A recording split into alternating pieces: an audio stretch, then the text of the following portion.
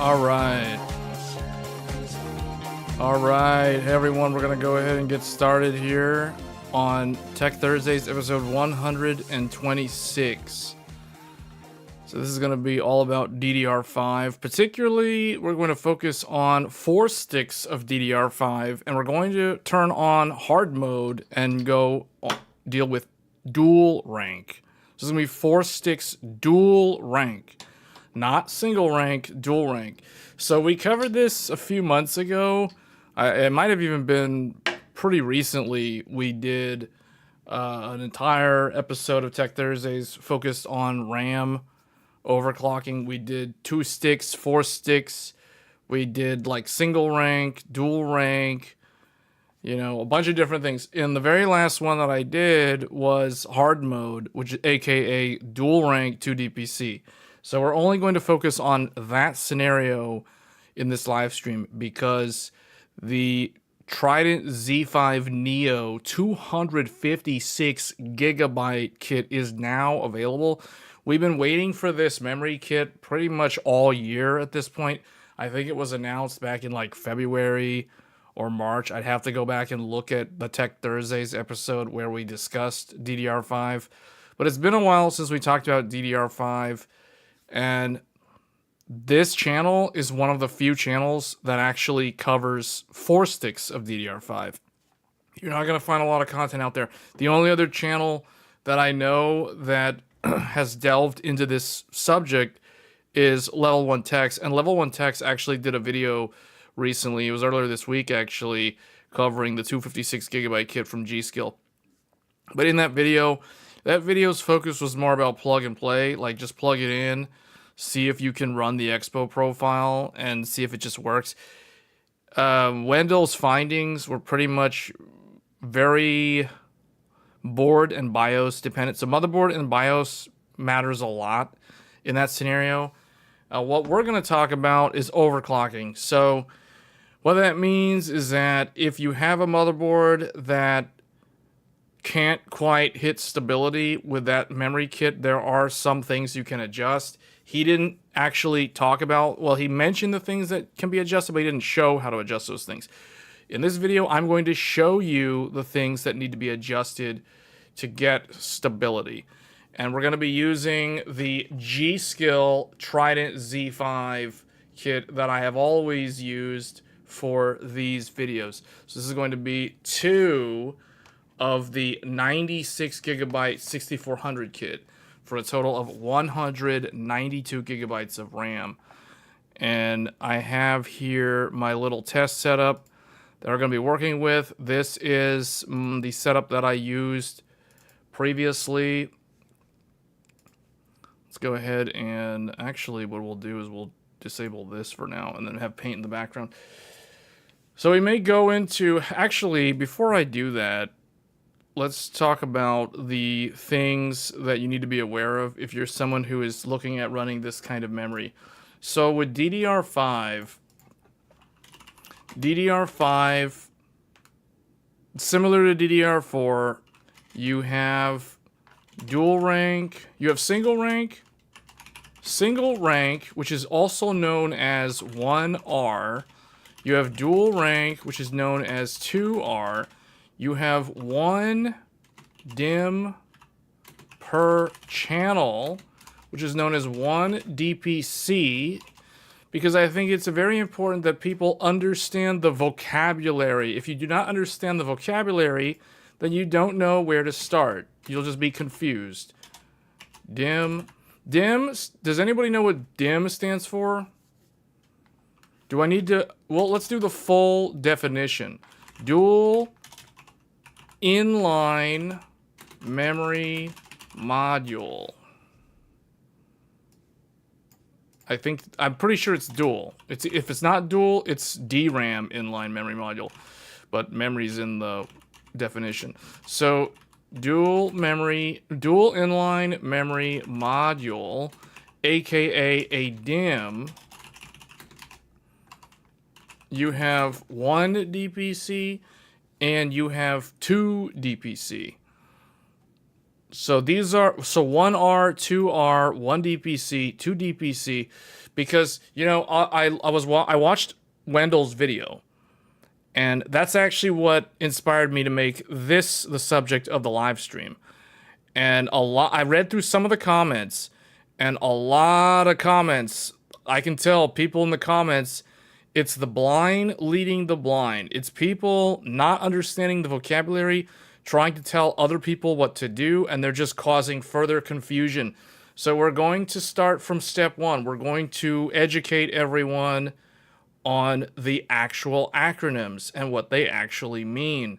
Otherwise, if you listen to some random person on the internet who may or may not know what they're talking about, you could easily be misled, or you could potentially be helped out if they actually, in fact, know what they're talking about. But from what I read in the comments section on that video, I could tell most people in the comments section do not know what they're talking about. So that's why we're talking about this. So single rank is abbreviated as 1R. Dual rank is abbreviated as 2R. 1 DRAM or 1 DIMM per channel means 1 DPC. These are very important acronyms to understand. See, you're going to make me spend more money on RAM. Am I? Oh, well, we are going to talk about that 256 gigabyte kit. For those of you wondering what memory kit I'm talking about, it's actually in the description of this live stream. However, if you join the live stream early, you probably don't see the updated link. I had to add it it was probably added like 7 minutes ago or 10 minutes ago. So you may need to refresh the stream if you're looking for the memory kit, because it is in the description of this video. It's like the first thing that's linked in the video. So, and we're talking about a 256 gigabyte kit. We're going to talk about it. I will go to the product page on Gskill's website. Actually, let me actually pull that up real quick from Gskill themselves. That memory kit is the most insane memory kit on the market right now. Yeah, it's this one. So let's go look at it from Gskill. Okay, this is it.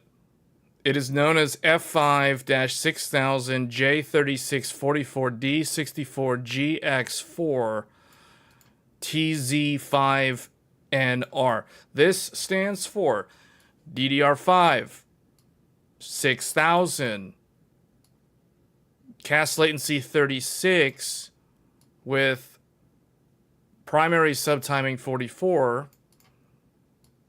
D stands for dual rank.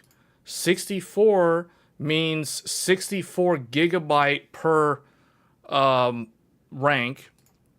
And then GX4 means that there are 4 sticks in the actual box. And then TZ stands for, actually TZ stands for Trident Z5, the 5 meaning DDR5, so Trident Z5. N stands for Neo, which means Expo memory, meant for AMD Ryzen. And the R means, I believe that means RGB. I'm pretty sure this is RGB, but I'm not 100% sure what the R stands for. But it's basically, I know how to decode this name using, because I understand Gskill's language. Gskill's saying this is a DDR5 SKU with a rated speed on the Expo profile of 6000 with primary timing of 36 with the primaries 44, 64 gigabyte per rank, 4 sticks in the box. These are going to be Trident Z5 Neo RGB. That is how to interpret the language of Gskill. So a lot of people don't know that. Now, these are amazing memory sticks because this is very dense. This is the most dense you can get for a UDIMM module currently. Previously, if you wanted memory this dense, you had to be on Threadripper with RDIMMs, because RDIMMs were the way to go if you wanted to run 4 sticks for a total of 256 gigabytes of memory. But in this scenario, we now have DDR5 6000 that can run at 1.25 volts. 1.25 volts is a very good voltage because it also means that the memory controller voltage, the VDD IO, will not need to be that high, which also means that VSOC doesn't need to be that high, and you'll run much lower idle power consumption as a result and get very good performance while also getting extremely high memory capacity. So this is 4 times 64 gigabytes for a total of 256 gigabytes. We've been waiting for this memory kit, I've been waiting for this memory kit for like the entire year. I remember it was first announced, we talked about this, people kept asking me for the product link. There was no product link because it didn't exist on the market, and now it's finally here. Now, the easy thing to do is to check the QVL from Gskill. They will tell you on their website what motherboards are actually compatible with this RAM. So currently, they have 2 brands that they have tested, ASUS and MSI. And now if you've watched my memory videos in the past or the episodes of Tech Thursdays where we've talked about DDR5, you would have learned that from my own testing, I came to the conclusion that ASUS and MSI behave very similar to each other, meaning if a memory kit works on ASUS, it's most likely going to work on MSI. Now, on the flip side, if a memory kit times 2 can work on Gigabyte, it will also most likely work on ASRock, meaning there are kind of 2 camps of motherboards when it comes to DDR5 currently. You're either on the team ASUS MSI or you're on team Gigabyte ASRock. And what I found fascinating was that in Wendell's video where he tested this exact memory kit, he was able to get MSI and ASUS working, but he struggled with Gigabyte and ASRock, which is basically it basically validates what I've been saying all year long. Actually, it's been like 2 years now at this point since I've been doing DDR5 memory testing, where I've come to the conclusion that ASUS MSI follow a similar memory compatibility class structure, and Gigabyte and ASRock are in the other group. So when it comes to overclocking memory to get 4 sticks to run stable, what I have found is what works on Gigabyte works on ASRock. And what works on ASRock works on Gigabyte. But what works on those 2 does not work on MSI and ASUS. Sometimes it might, but it is very motherboard specific. So let's see what Gskill claims. Gskill claims the following ASUS motherboards are guaranteed to work with this memory kit, and those are the ROG Strix B580 motherboard. So the B580-A, the -E, the -F, and the -G. Those are the ones that they have validated in their internal lab. Now, MSI, let's see what they say. MSI, they actually have 2 different ones. They have the X870s and the B850s. So for MSI, Gskill guarantees the godlike will work with this memory kit, all 4 DIMMs running 256 gigabytes at DDR5 6000, 1.25 volts. So they have validated Godlike, Tomahawk, Carbon, Edge, Tomahawk, Wi-Fi, or the non-E Tomahawk, the -P, the E-P, and the Gaming Plus. So it seems like a lot of the MSI boards, at least the ones that I would recommend, the X870, X870E, those all work. And then for the B850s, they've tested a couple here. So they have an MATX, the Mortar, they have the Edge, and the Tomahawk Max Wi-Fi. So the B850 Max or Tomahawk Max Wi-Fi has been tested. So they have definitely validated more MSI boards. And what's interesting is in Wendell's video, he was able to get ASUS and MSI working 100% stable. And lo and behold, Gskill is showing that ASUS and MSI work with this memory kit out of the box, which means they have actually been in contact with ASUS. I know for a fact they've been in contact with ASUS. I assume they've also been in contact with MSI because they validated all these boards. I'm pretty sure MSI sent them all these motherboards for them to test in their lab. So that's kind of how it works. So eventually they'll probably do stuff with ASRock and Gigabyte. But what I have done with, not with this memory kit, but with another memory kit, an older memory kit, I can get Gigabyte and ASRock working, but I cannot get ASUS and MSI working. So ASUS and MSI requires a lot more manual work. And so the good news is that it looks like Gskill has already done a lot of the manual tuning required to get those two working, because those two were the problem brands. Like, those are the ones that I could not get to work. But I could get ASRock and Gigabyte to work, and we're going to look at that here shortly. Yeah, so that is the compatibility. Going back here, so now everyone recognizes the specs here. So the official supported speeds. Do I need to go back? Let's bring up the Ryzen 9 9950X specs. Let's see. Let's go to the product page, I guess. Let's just pick one of these. So let's go to the AMD website real quick. So here's one of the AMD Zen 5 CPUs. It doesn't really matter which one. They're all the same when it comes to memory compatibility. And then we want to look at memory compatibility. Here it is. So ignore this because that doesn't mean anything. What matters here is this. So UDIMM, it does not work with RDIMM. It must be UDIMM, unregistered dual inline memory modules. The maximum memory speed for 2 single rank is DDR5 5600 at JEDEC speeds. Then, if you want to run 2 dual rank DDR5 5600 is the maximum supported speed. When you step up to 4 sticks of memory, it doesn't matter what the rank number is.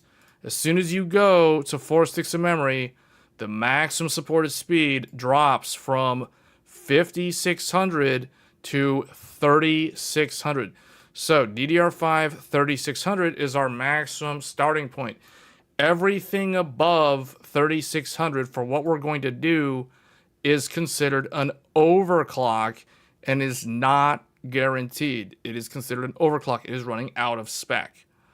So even if Gskill is selling DDR5 6000 like this is out of spec memory, which means this is considered overclocked performance. And they even say that Trident Z5 Neo DDR5 memory is designed for ultra high overclocked performance, meaning they understand it is implied here that this is not a guarantee. This is considered an overclocked configuration because the maximum supported speed for this configuration is 3600, not 5600, definitely not 6000, not 5200, not 4800, no. 3600 is the maximum supported speed. Anything above 3600 is considered very good and either lucky or just straight up overclock. So let's go ahead and bring up the test bench here. Have I gone on the Level 1 Tech forums? No, I have not. Not recently. Not in the last like 6 or 8 months. Here, let's go ahead and bring this back up. Okay, so this is the test bench. Why is it crooked? This is what we're working with. We are working with... Who here recognizes this motherboard? Let's see. Who here is motherboard... what's the word I'm looking for? Motherboard... man, I can't remember the word. I was thinking of a word. Who here is so good at recognizing motherboards, they can look at this motherboard and they know exactly what motherboard this is? If so, tell me what motherboard this is. I mean, there's a logo up here on this fan which kind of tells us what platform we're working with. Or at least it tells us what CPU brand we're working with.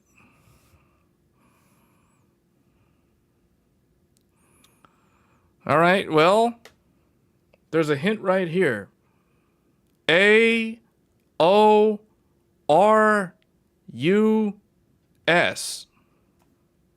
AORUS. Right there. There's a word right there.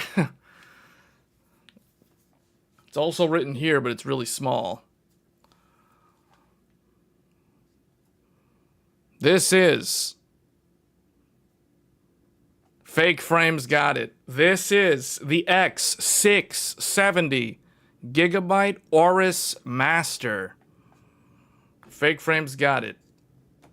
I mean, people that were saying Aorus Master were on the right track. I wanted to know if you knew the chipset. The chipset. Because X670E is an eATX. This is an extended ATX motherboard. Whereas X870E is a standard ATX. They shrunk it down.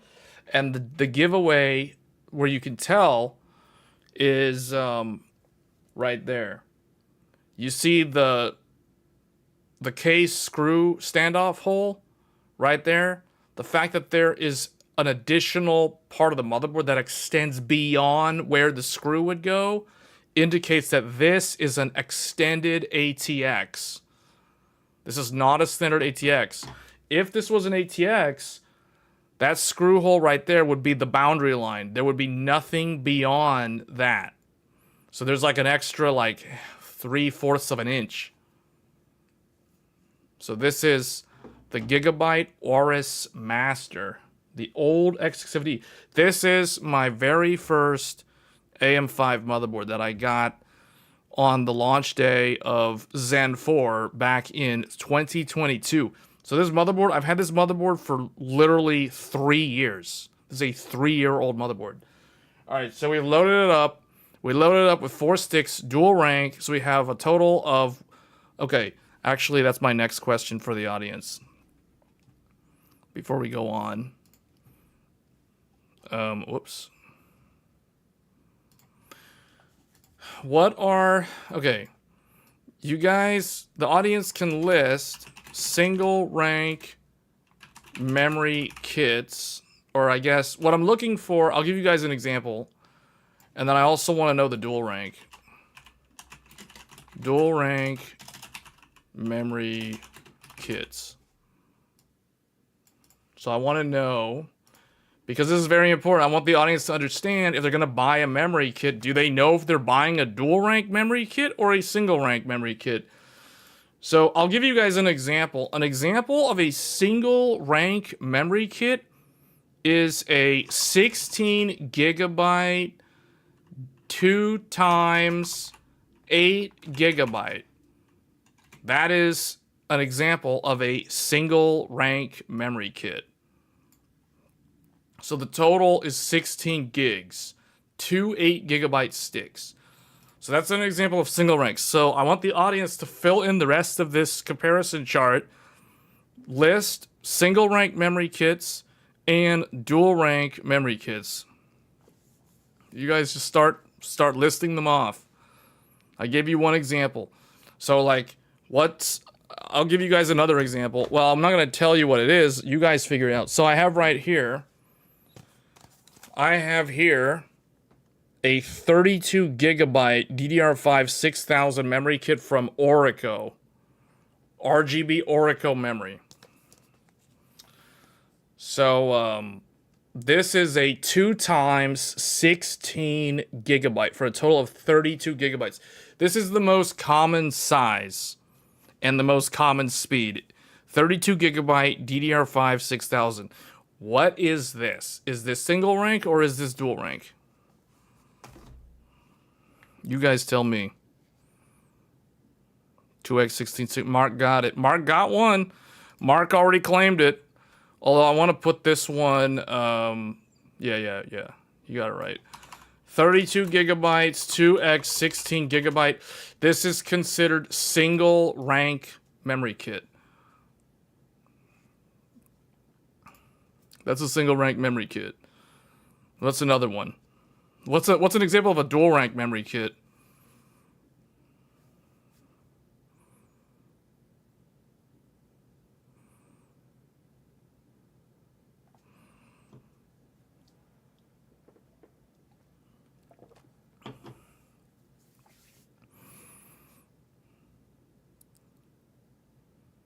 Two times 32 dual rank. Mark got another one. Mark's on a roll. Mark's on a roll. 64. He claims 64 gigabyte. 2 times 32 gigabyte. That is a dual rank memory kit. That is not a single rank memory kit. Although soon there will be a single rank version. It is possible to make a single rank 64 gigabyte kit today. We just haven't seen any of them hit the market yet. So as of today, anytime you buy a 64 gigabyte kit, that is most likely a dual rank kit. But soon, probably next year, we'll start seeing 64 gigabyte kits that are actually single rank. But for now, they're dual rank. 2 times 48. 2 times 48 is a dual rank. That is correct. 96 gig. That is currently my favorite style. 2 times 48. That is a dual rank memory kit. That's another dual rank memory kit. 2x64 is another dual. That is the newest one. That is a 128 gigabyte 2 times 64. Those are all examples of dual rank memory kits. Let me make sure I haven't left anybody out. Let me see.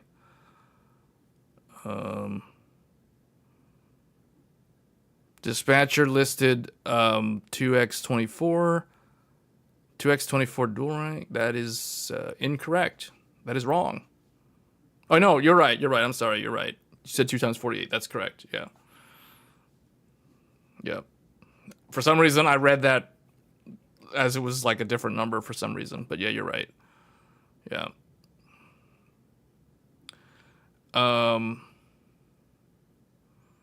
We're missing one. We're missing a memory kit. We're actually missing the memory kit that I'm running in this PC that we're live streaming on right now. I'm surprised no one's listed it yet.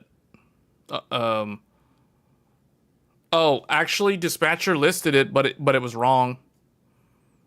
2x48, you said dual rank. The one you said before that one, you said is dual rank, which is incorrect. But you actually listed it. So it seems like people are not remembering this one.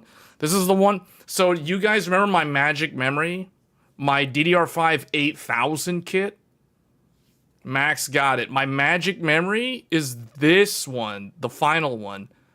48 gigabyte 2x24. This is a single rank memory kit.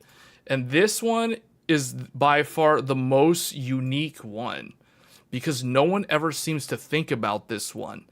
And this is the one that can give you the highest capacity while maintaining single rank, which means this is the memory kit to get if you want DDR5 8000 or plus. DDR5 8000 or better, this is the memory kit to buy.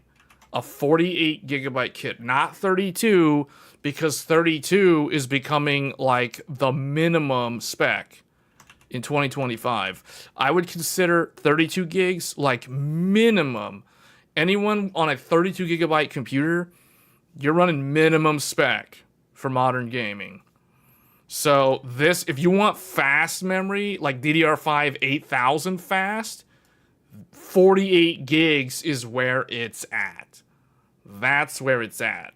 That's like the in the know. That's the big brain play. That's the smart overclocker. That's the smart enthusiast choice if you're looking for high speed performance DDR5. And I'll let you in on another secret.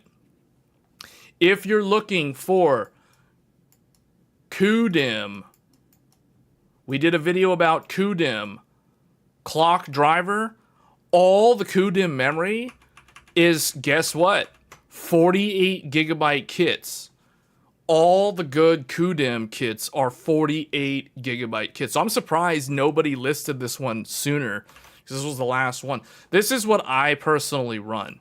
And now in my computer, so in the gaming computer, I was running like a 48 gigabyte kit at 8000. And in this computer over here, you guys might remember it as Intel Core Ultra 285K. This one is running QDIMM DDR5. So I've got the 24 gig DIMMs in there. So QDIMM and my DDR5 8000 Magic Memory, those are all 48 gigabyte capacities. So 48 gigs is what I would recommend for a gaming only computer. Now, if you're trying to do anything with like AI, or you're trying to do anything with productivity, I would not recommend 48 gigs. I would consider, for one of those computers, I actually recommend 96 gigabytes of memory for those computers. Now, you could do 64 with those. 64 is still a decent amount, especially if you're on a laptop. If you're looking to, we looked at laptops last week, and I did a couple of videos on laptops recently.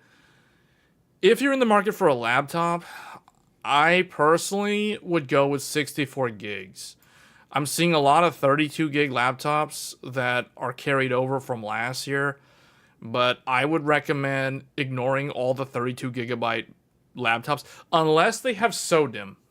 If you're buying a laptop that has soldered memory and you cannot upgrade the memory, definitely go with 64 gigs or whatever the highest amount possible is for the soldered memory. So for example, if you're buying a Strix Halo, like an ASUS, what is it? Is ASUS Flow Z13, or that HP professional laptop, that thin and light that has Strix Halo in it, that Ryzen AI Max or AI Max Plus. If you're buying something like that, you're gonna want to go with the maximum memory allowed, which is 128 gigabytes of soldered LPDDR5X. Now, if you're in the market for a standard laptop, like I'll give you an example. So I did the video on the whole ThinkPad refresh thing. So this is that new laptop, the ThinkPad laptop. So the soldered memory options for laptops like this, the maximum capacity on the soldered RAM for like a Strix Point or a Kraken Point or an Intel, well, Lunar Lake is capped at 32, which is really lame. So that really hurts Lunar Lake. But if you're looking for like Intel Core series laptops or AMD's HX series, like the HX 370, for example, or Kraken Point, Strix Point, etc. If those laptops that you're looking at, because they're thin and light, I'm talking about thin and light. Thin and light typically will have soldered RAM because they're trying to get it to be thin and light. So if you're looking for that type of laptop, definitely go with whatever the highest capacity is available for the soldered RAM. So in those cases, you'd be looking at 64 gigs of LPDDR5X. So that's basically my recommendation. Do not buy a soldered laptop that only has 32 gigs of RAM. You will regret it within like 2 weeks, you'll be regretting it. You know, like once it gets past the return window, you're gonna want to like sell the laptop or something. So do not buy a 32 gig laptop in 2025. Trust me, especially if it's soldered RAM. Now, if you're buying a laptop that has SODIMM, which means you can upgrade it just like a desktop, then you could potentially save money on the laptop by buying a 32 gigabyte laptop.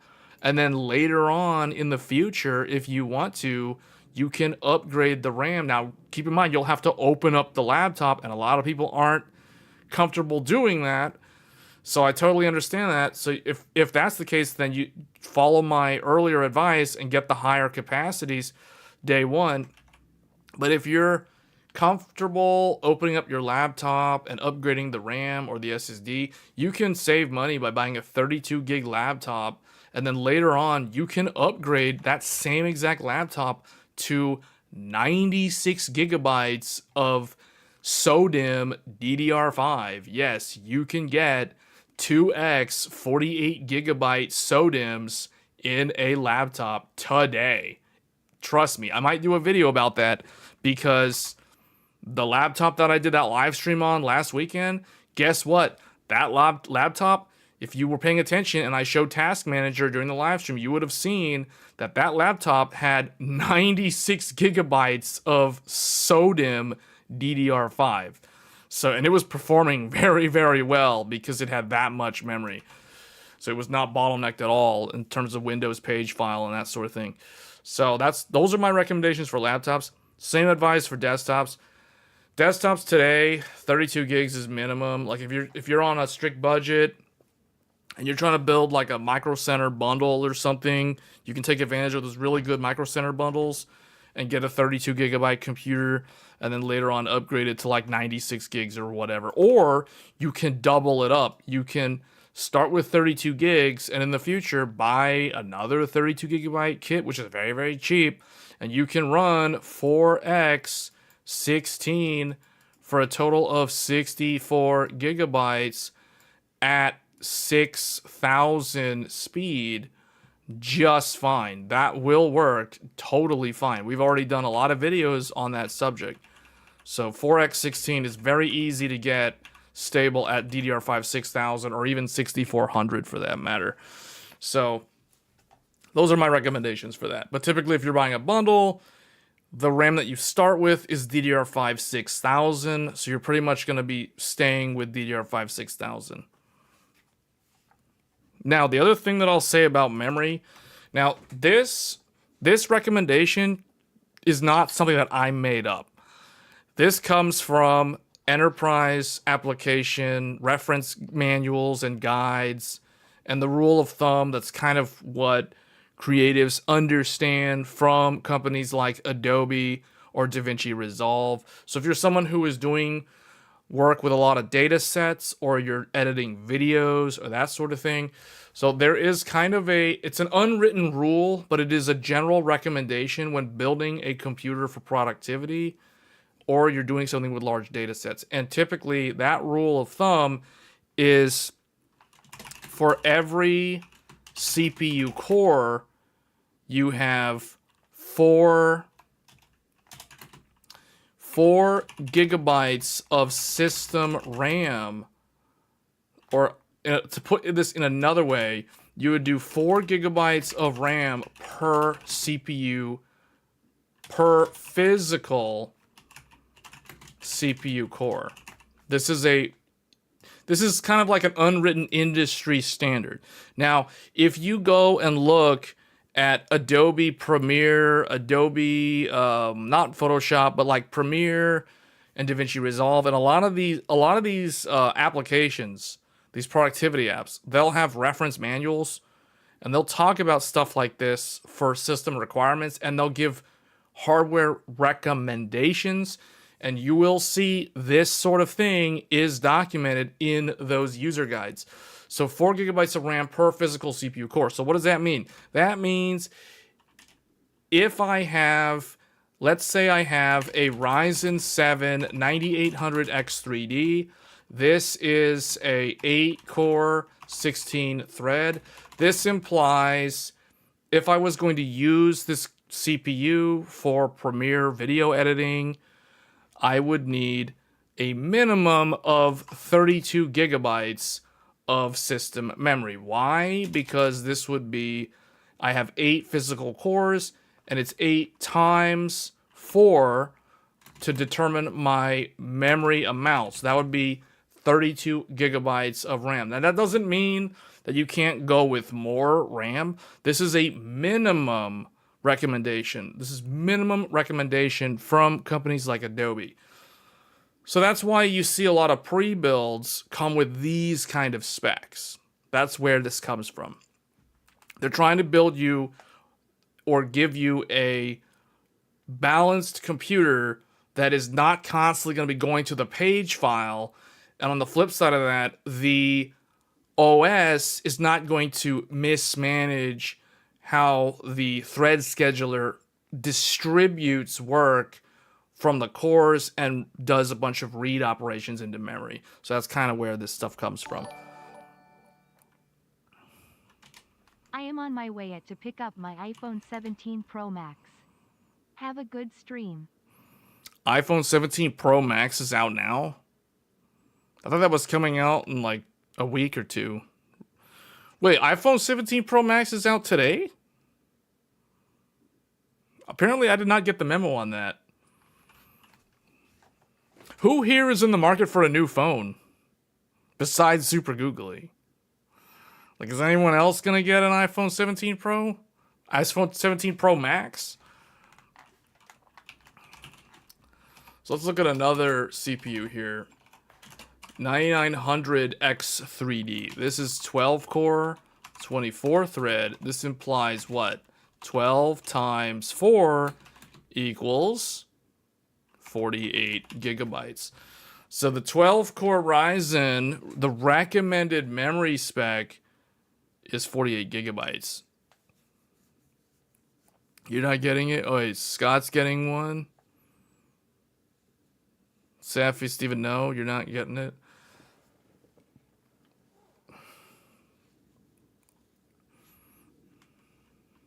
You're not getting iPhone? So what do you guys, if you guys aren't using iPhone, then what are you guys using? If you don't use an iPhone, what phone do you guys have?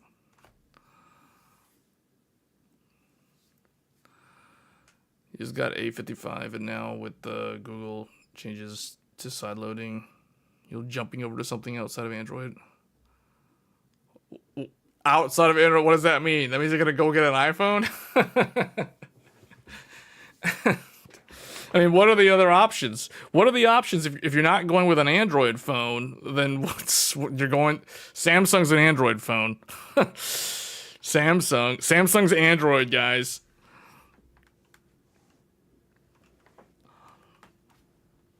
I haven't used a Samsung phone in like almost 8 years.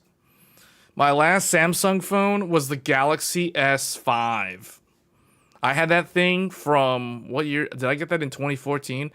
I had that from like 2014 all the way to the end of 2017. Is that right? Yeah, I think I had that for like 3.5 years or something.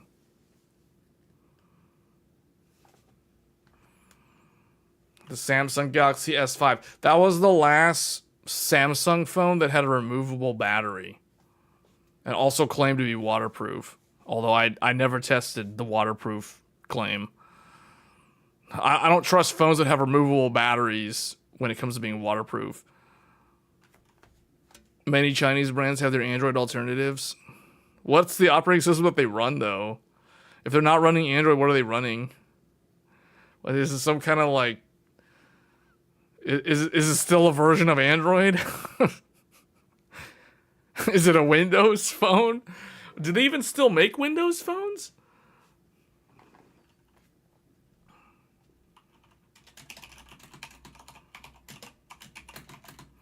So 9950X3D is a 16-core, 32-thread. This means 16 times 4 equals 64 gigabytes.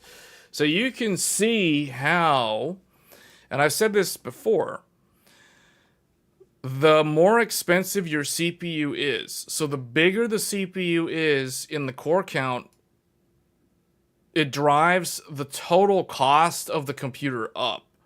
Because if you have a 16 core 9950 X3D and you pair it up with 32 gigs of RAM, you're undersizing your core to RAM ratio, which is not good.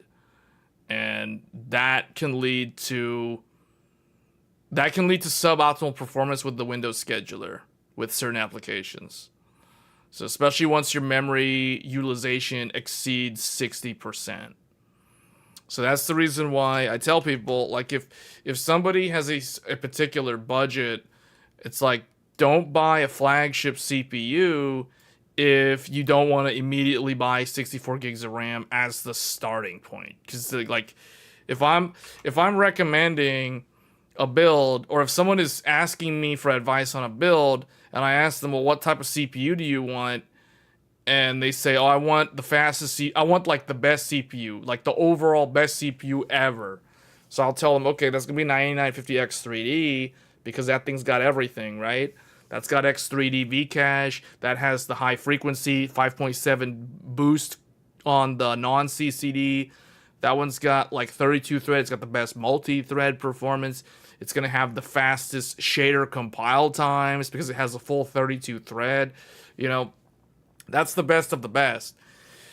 And then I tell them, okay, well, your minimum RAM is going to be 64 gigs of RAM or more.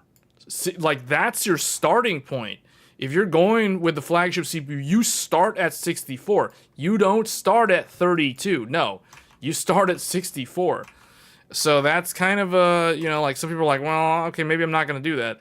And that's why it's like, okay, well, a lot of people end up getting 9800X3D because it's cheaper and they're trying to build a gaming computer and they're okay with longer compile times and they can start with a smaller memory pool. And it's fine. It's not going to mess up anything because, you know, you have less cores for the scheduler to deal with. Therefore, it still understands how to allocate across 32 gigs of RAM. So that's still a balanced build. So these are the sort of things that I take into account when I'm building a computer. I don't just willy-nilly pick random things like, oh, I want a 9800X3D and 128 gigs of RAM. That would work, but that would be a very unbalanced computer. So, you know, the old advice also used to apply to GPUs, you know, like pairing up a mid-range CPU with a super high-end GPU was not a balanced build. Likewise, pairing up a flagship CPU with an entry-level or mid-range GPU also didn't really make much sense.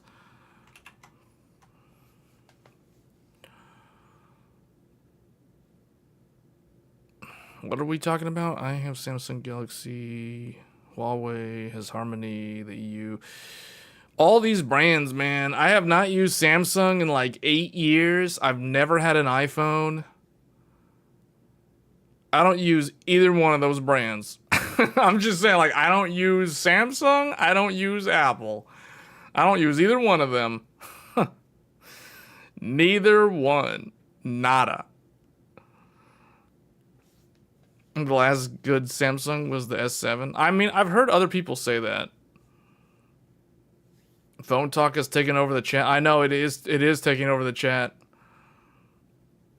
We need to bring this back. We need to reel this in. So, okay, now people understand single rank memory kits, dual rank memory kits.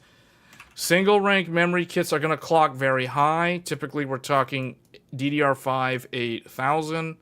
If you're buying a single rank memory kit, you're probably buying fast DDR5. If you're buying, or you're just buying a bundle, or you're like on some kind of budget.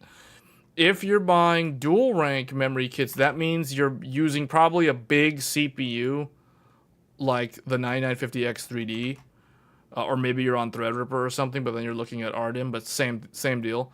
Like the smallest memory kit, well, actually the smallest memory kit on Threadripper is a 64 gigabyte kit. It's a 4x16. I don't recommend it. For Threadripper, I recommend starting with 128 and going up, like 4x32. is the starting point. So if you're doing like stuff with where you require a lot of thread count operations and that kind of performance, you're probably going with dual rank memory kits. But you're also going to potentially run 4 sticks of RAM. Now, when you do 4 sticks of RAM, 4 sticks of single rank, even though AMD states that the max supported speed for 2 DPC single rank is 3600 speed, the reality is you can actually get like 6400 with a single rank 2 DPC config. That's actually what I'm running right now. If you're running a dual rank though, dual rank 4 sticks is where things get really, really challenging. And all of a sudden, you have turned on hard mode, and the Elden Ring boss is now alive, if you know what I'm saying. So you've just activated the final boss fight, and now it's like your computer's gonna have to fight for stability. If you're doing dual rank, 4 sticks, good luck, because that means you're dealing with what's the smallest dual rank 4 stick setup. What is an example of that? So now dual rank 4 sticks. Well, the minimum size is going to be 128 gigabyte. 4 times 32 gigabytes. That is minimum. The smallest 4 stick setup with dual rank is 128 gigs of RAM. The next one up, my favorite one, the one that we're about to look at, is 192 gigabytes of RAM. 4 times 48. And then the latest one, 256, 4 times 64 gigabytes of RAM. These are the hardest thing to get running stable. It is easier to take a 48 gigabyte kit and overclock to 8,000 and get that running stable versus trying to get any one of these 3 running at 6,000. This is way harder to do than this. Just so everyone is aware. So I don't even consider like DDR5 8000 a challenge anymore. Like this to me is like moderately challenging or mildly challenging depending on the motherboard. Now it can be impossible if you have a cheap motherboard, then it's not possible. So that is literally a physical limitation of the motherboard. But this at 6,000 is yeah, it's there's a lot of variables involved, not just the motherboard and the RAM. Okay, so we're gonna focus on this for the rest of the stream. So that can finally, now with that, I can finally bring up the setup. So the first thing we're gonna do is probably do a BIOS update. So we're gonna turn this, and do I have, oh, I need to make sure that I have the ability to look at this. All right, hold on, let me turn this on. Actually, what we'll do,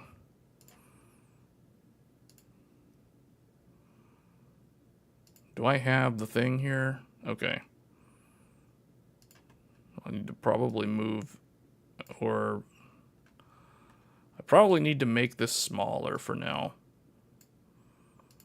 And then I'll, what do I want to do with this? Or either make this like that and make this up here or something. I don't know. We'll do that. Okay. So we're going to turn this on. Did you saw that Corsair had to pay to a $5.5 million settlement to resolve a class action lawsuit for deceptive advertising practices regarding the speeds of its DDR4 and DDR5 desktop memory products? Yeah, I saw that, but I don't know how. Well, They lost and won. They won some parts of that lawsuit and lost other parts of that lawsuit, that class action lawsuit. I kind of think that they should have won, and I think the class action lawsuit should have failed. That's my own opinion on it, because this is something that has been kind of industry understood. Let me put it this way: a lawsuit like that would have never happened in a country like Japan, because the people there kind of understand social norms, social cues. I don't know how else to describe it, but yeah, that lawsuit would have never flown in Japan. It would have never gotten off the ground. So Corsair would have won like 100%. It wouldn't even ever have gone to court. It would have gotten thrown out day one. But yeah, I personally, I don't know. I don't know how that actually went to a judge, because I never actually read the whole thing. Like the allegation of the false, deceptive advertising. But everyone else, all the other memory companies have been doing the exact same thing. So I don't know how Corsair got singled out. Oh, Corsair settled the case? No, it did go to a judge. I heard that a judge ruled in favor of the class action lawsuit against Corsair for like the deceptive thing. But there were other things that the judge threw out of the window. Because there was a bunch of stuff in there, and the judge basically was like, nope, this thing doesn't stand. Thing doesn't stand. And they're like, oh, this one thing does stand.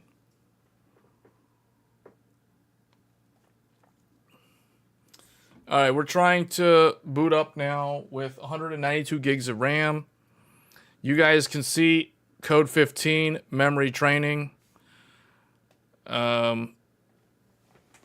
Yeah, it's gonna do what it does. Eventually it'll get into the BIOS, I think. Yeah, judge allowed it. I mean, personally, I don't think the judge should have allowed it.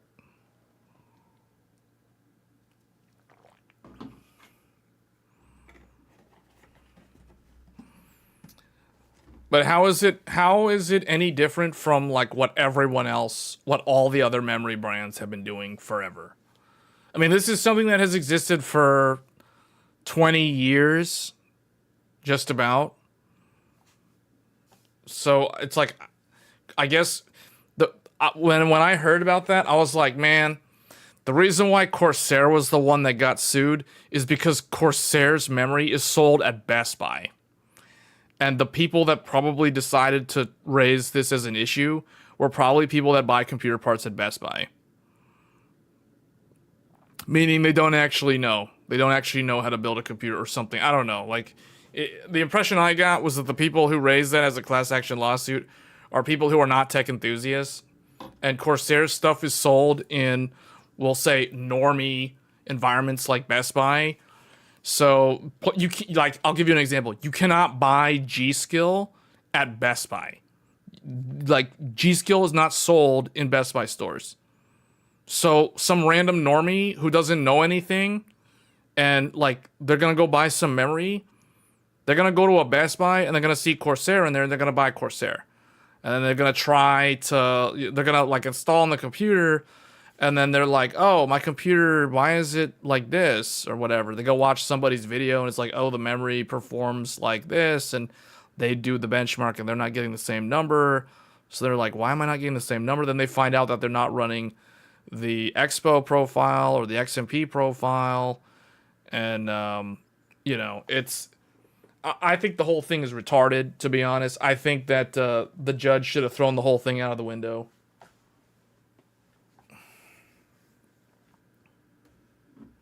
They would buy PC parts at a gas station. Yeah, I mean, that's why Guile and Gskill and all these other brands, they never got implicated in any of this, because you can't buy their stuff in a Best Buy.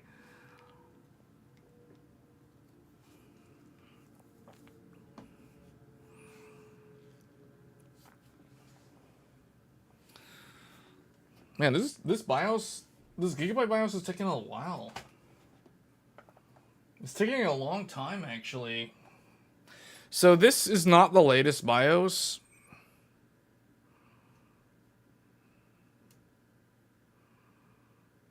And it's still running at code 15. Wow. Just put this like this, I guess.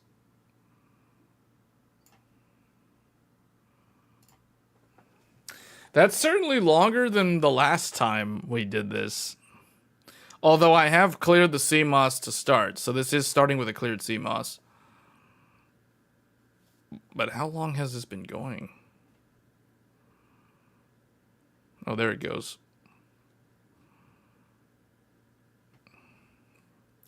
All right, there it is. 2B 70 F3. Show me that 97.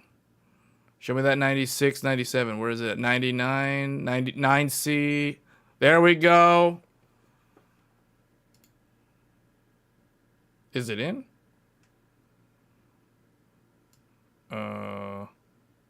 It's in. It beeped, but how come I'm not seeing... Oh, wait. Maybe I don't have it plugged in. Well, I gotta check the, I gotta check the capture card, see if the capture card is plugged in correctly. Maybe it's not. Maybe the capture card's plugged in wrong. I have the HDMI plugged in, but why do I not have a visual?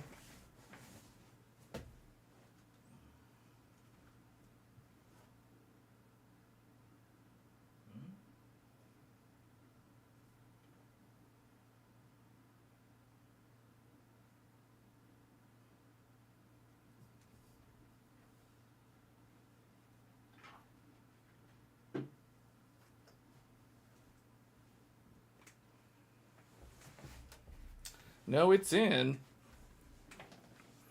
It's in. So why do I not... Hold on, what's the... No, it's in. It posted properly. Let me unplug this real quick. Can't tell if it's my... Try replugging in the HDMI cable.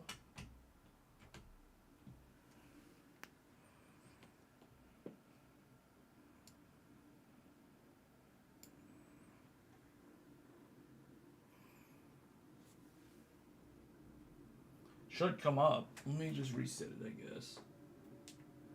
Yeah, that it posted successfully, but for some reason, I don't know why. Something's funny with the... Hold on, am I looking at the correct capture card?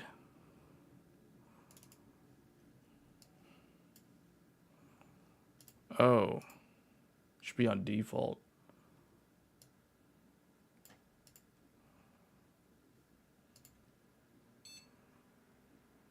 No, how am I not getting a signal? The problem doesn't seem to be the motherboard. It seems to be a problem with the capture card right now for some reason, or the actual HDMI cable.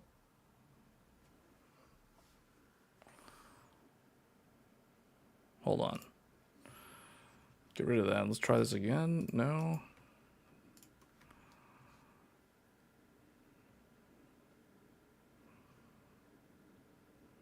To try Rec Central, see if because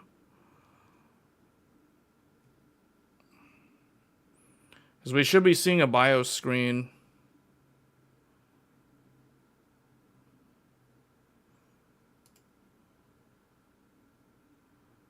No.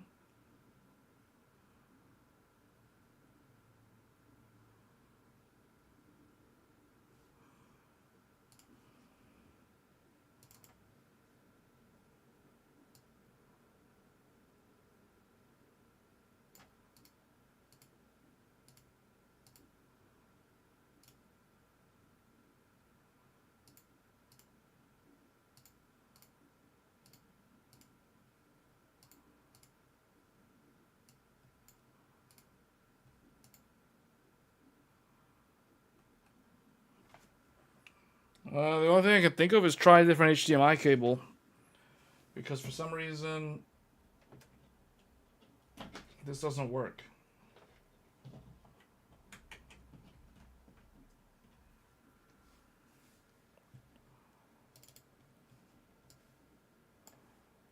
Why is it not working?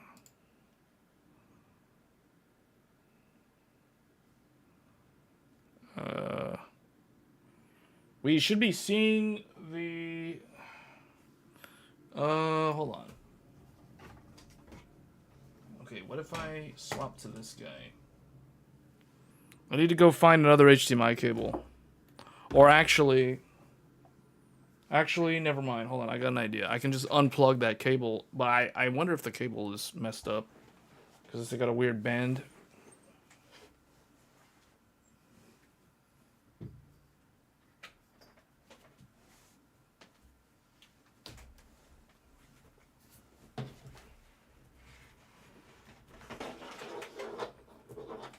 Try this one. HDMI in. Let me try this guy. Wait. Oh, well that one was up the whole time. What the heck?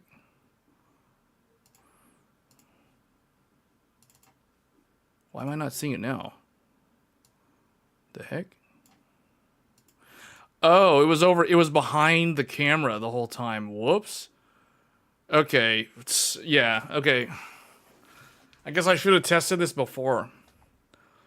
Alright, the whole time the BIOS screen was like behind. It was like in a small window behind the camera window. Okay. So here we go. What is the setting on this thing? Like, how is it? Oh, it's just set to default. I should have set the other one to default. Okay. Yeah, I told you it wasn't a problem with the motherboard. I knew it was a problem with my capture card or my HDMI cable, or a problem with OBS. It's probably a problem with OBS, actually. Okay. What did I want to do? I wanted to preview this. Where's the projector option? They did something with...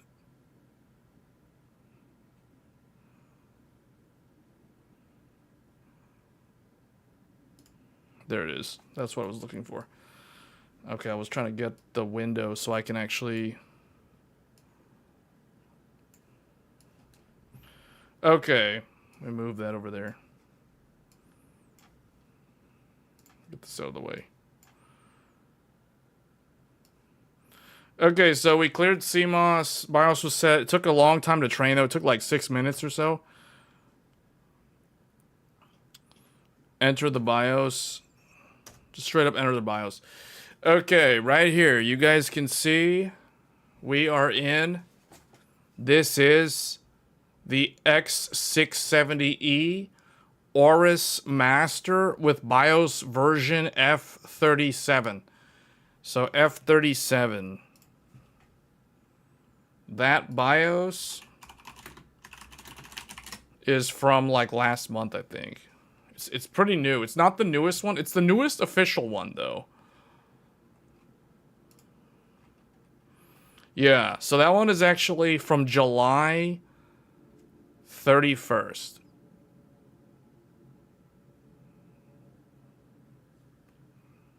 Okay. See that? Okay. You can see here, Gskill, 48 gigabyte, 48 gigabyte, 48 gigabyte, 48 gigabyte. So right there, max RAM, 192 gigs. And the one thing I want to mention here, notice how it says 5600 megatransfers. 5600 megatransfers, that's because the memory sticks come with a JEDEC 5600 profile. Now, these memory sticks are supposed to be capable of running at 6400 because that is the Expo profile that they shipped with from Gskill. And you can also check here the Agisa version. So this is version 1.2.0.3E patch A. So we're actually going to update the BIOS first. That's probably what we'll do. And then we'll go and mess with the overclocking. But what I want to do now, I want to bring up the... Oh, you guys can't see it because this thing's in the way. Okay. All right. So this is the version that we're currently running. It's from July 31st of this year, F37. And this is what it says it does. It updates the AGISA to patch 1203E for new CPU support. That means that there are some new CPUs supported with this BIOS. It fixes the TPM 2.0 out of bounds read vulnerability. So there's a CVE that it fixes. It also fixes the AMD CPU microcode signature verification vulnerability, CVE. So this is another reason why I recommend that you be on the latest BIOS, or at least one of the more recent ones, because things like this, these are security vulnerabilities, both of them. These CVEs. Anytime you see CVE listed in a BIOS update notes, that means that you probably want to update the BIOS because it means it has security vulnerability fixes. And it also adds support for a new Ryzen 9000 series CPU, and it enhances memory compatibility. So we're talking DDR5, 6,256 gigabytes. That's what this does. But there's a newer one. So F38B from September 5th. So 6 days after this, they have a new beta BIOS. The way you can tell if a Gigabyte BIOS is an official BIOS versus a beta BIOS, if there is a lowercase letter as the last thing on the version number, that means that it is a beta BIOS. If there is no letter, like see, this is just F37, F35, F34. These are official BIOSes. These are not beta BIOSes. So usually the latest one is probably going to be a beta BIOS, but that's not always the case. So the latest one is a beta BIOS. We are going to update to this beta BIOS because this one updates the AGISA to the latest 1.2.0.3 F. This is F. This is the newest AGISA. Enhances system stability and the performance. It enhances memory compatibility. So we're going to update to this. Why is my...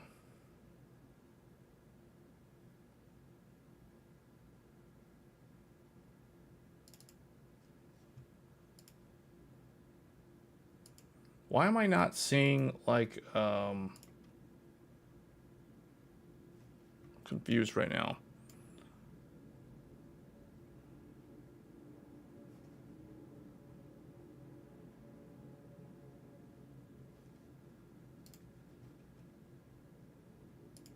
How come you guys aren't seeing my window, though? I'm confused. Why are you guys... You guys can't see my window? I was sharing the window, but you guys aren't able to see it. Oh, there it is. What happened to it, though?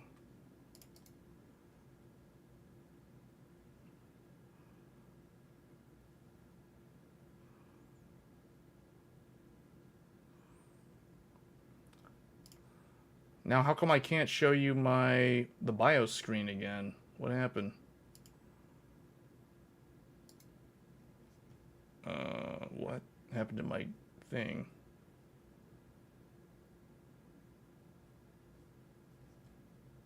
Apparently, I can't show that again.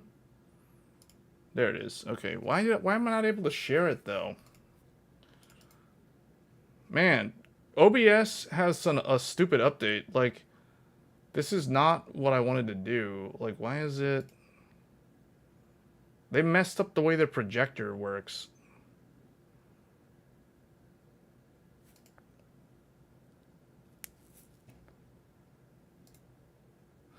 Yeah, but this is because they did something dumb. Like, I want to share the BIOS again, but why do I have to go and dig through all of this just to find it? The heck? Did they get rid of projector? Why is this not a projector option anymore? It's very annoying. Like, well, I guess we're just gonna have to do it the old way. We'll just have to do it this way. Alright, we'll do it this way. Okay, so this is the BIOS. We're gonna update the BIOS now. What I always do, I always go to advanced mode, and then I go to, I think it's in, is it in boot? No, where is it? Oh, it's down here. Q Flash. It's right next to me.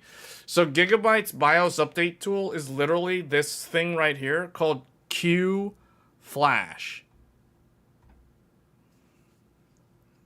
No, oh, because I unplugged the disk. I unplugged it when we were troubleshooting the projector problem. So now I gotta plug that back in. Okay. So try this again. So the hotkey for this, or the shortcut key, is F8. So you can do F8, or you can just press the button there, or click the button there. So this is the first I've seen. I don't remember Gigabyte doing this notice before. But here it's saying, before updating this BIOS version, be sure to back up the BitLocker recovery key and suspend BitLocker encryption in the operating system to prevent the system from... So if you're somebody who is using BitLocker, make sure, before you ever update your BIOS, make sure you back up your BitLocker recovery key, or you want to decrypt your C drive where Windows is installed before attempting this. So, actually, I don't think I recall Gigabyte mentioning this in the past. This is the first time I've actually seen them mention this. Now, I know MSI, ASRock, I think those guys have always done that, but this is the first time I've seen Gigabyte do it. Anyway, okay, so we're going to do update BIOS, and we're going to go to over here. We're going to navigate to the latest. BitLocker is a Windows encryption feature. All right, where's my latest one? So down here, X670E, Aorus Master, F38B. All this stuff on here on my USB drive is a bunch of other BIOSes for other motherboards. BIOS is protected by secure flash. System must restart to complete BIOS update process. Also, it'll tell you the current flash. So this one, it tells you, F37. Now it's going to load. What this is doing, it's loading the file into like a... It's basically loading it into memory at this point. And now it shows you... This is the new version that it's going to go to. And now within, I think it gives you like 5 seconds, and then it automatically will start up. All right, here we go. So it's going to do the BIOS updates. You can see it's already starting the script. You can see it right there. The postcode 5F is going. Postcodes are rolling. This is why I only recommend motherboards with postcode debugs. All right, you don't touch anything on the keyboard. It's automatically going to start. There we go. It's starting up. It's booting up in auto mode. It's running an EFI shell script to flash the new BIOS. So now it is updating the BIOS. While this is happening, do not turn off the computer. If you turn off the computer, and do not attempt this during a thunderstorm. If you do, you could potentially brick your BIOS if you lose power while the BIOS... Like, if the computer shuts off while this is happening, you basically brick the BIOS. This is the most delicate part of the procedure, because what it's doing is it's erasing the old BIOS, and it's flashing in a new ROM file. So it is deleting F37, and it is basically installing F38B.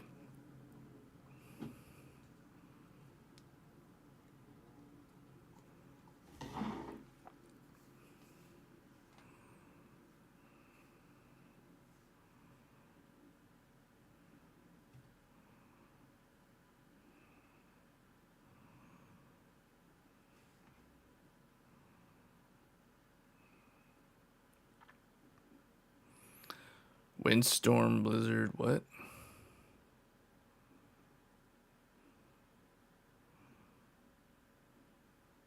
You can't brick. Well, you can still brick. You'll just have to recover using flashback.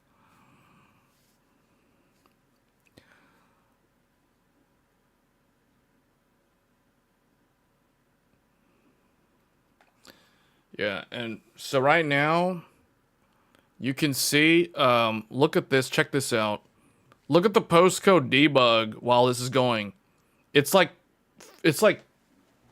twitching between 50 and 51. It's going 50, 51 constantly. It's flickering between 50 and 51.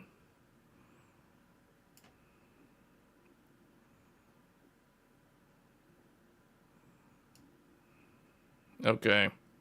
It's almost done. See, reboot in 3, 2, 1, 0. There it goes. All right, now it's going to go back to code 15. Check that out. What is this thing? Oh, AverMedia. Code 15. There it is.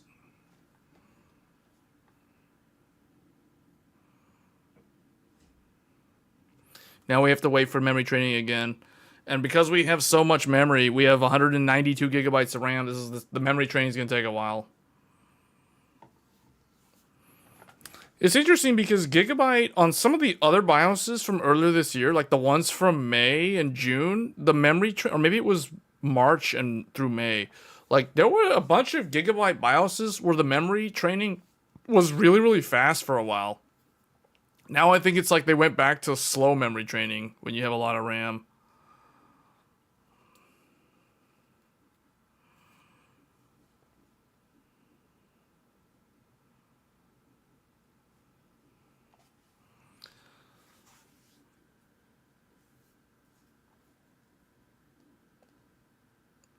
Better buy a diesel generator. You have a dedicated processor. Yeah, that's how BIOS flashback works. So you can use BIOS flashback to update the BIOS. Just in general, you can totally do that. I'll tell you right now, I never do that.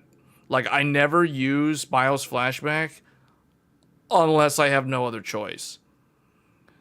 I tend to prefer the method that I just showed you, using the built-in QFlash tool in the UEFI, because I like to watch the progress.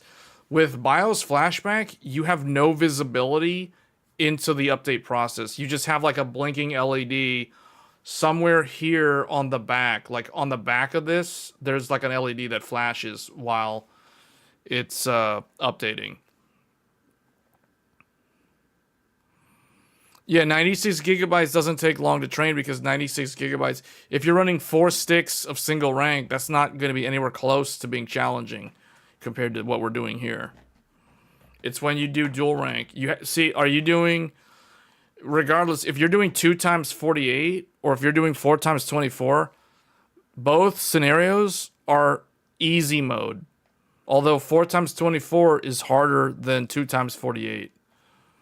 But 4 times 24 is not considered hard mode. That's easy. That's not going to take long to train. You know you've activated hard mode when the memory training takes a long time.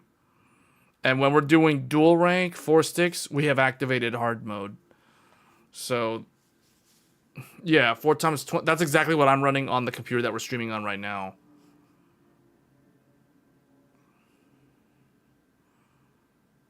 Yeah, that's easy. That's not hard.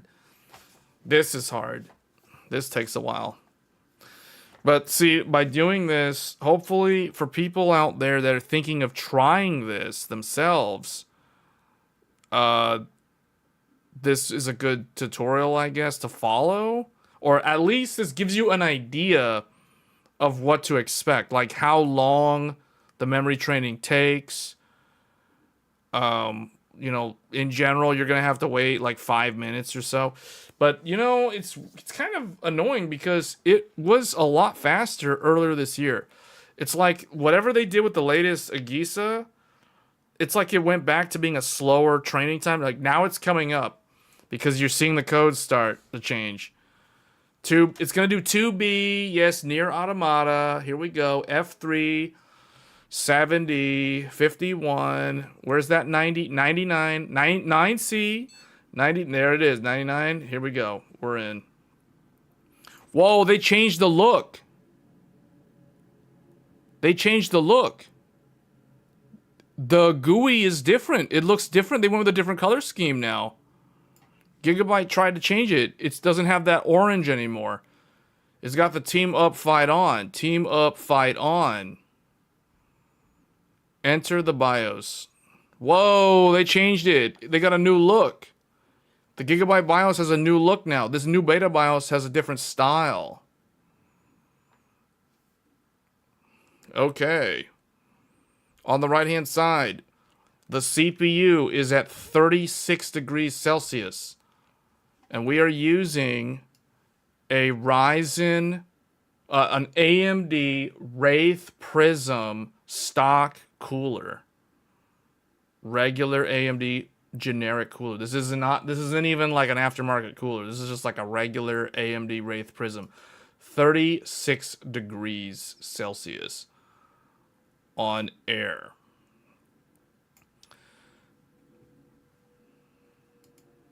Okay. What else? Voltage 0.9, BCLK 100 megahertz. Memory frequency, as expected, 3600 DDR5. 192 gigabytes of system memory. Now, this is all expected behavior because remember, this is AMD and Intel's maximum supported speed for this much memory.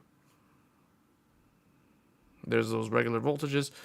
What? Okay, I'm assuming they didn't change too much in here in terms of the like where they put everything.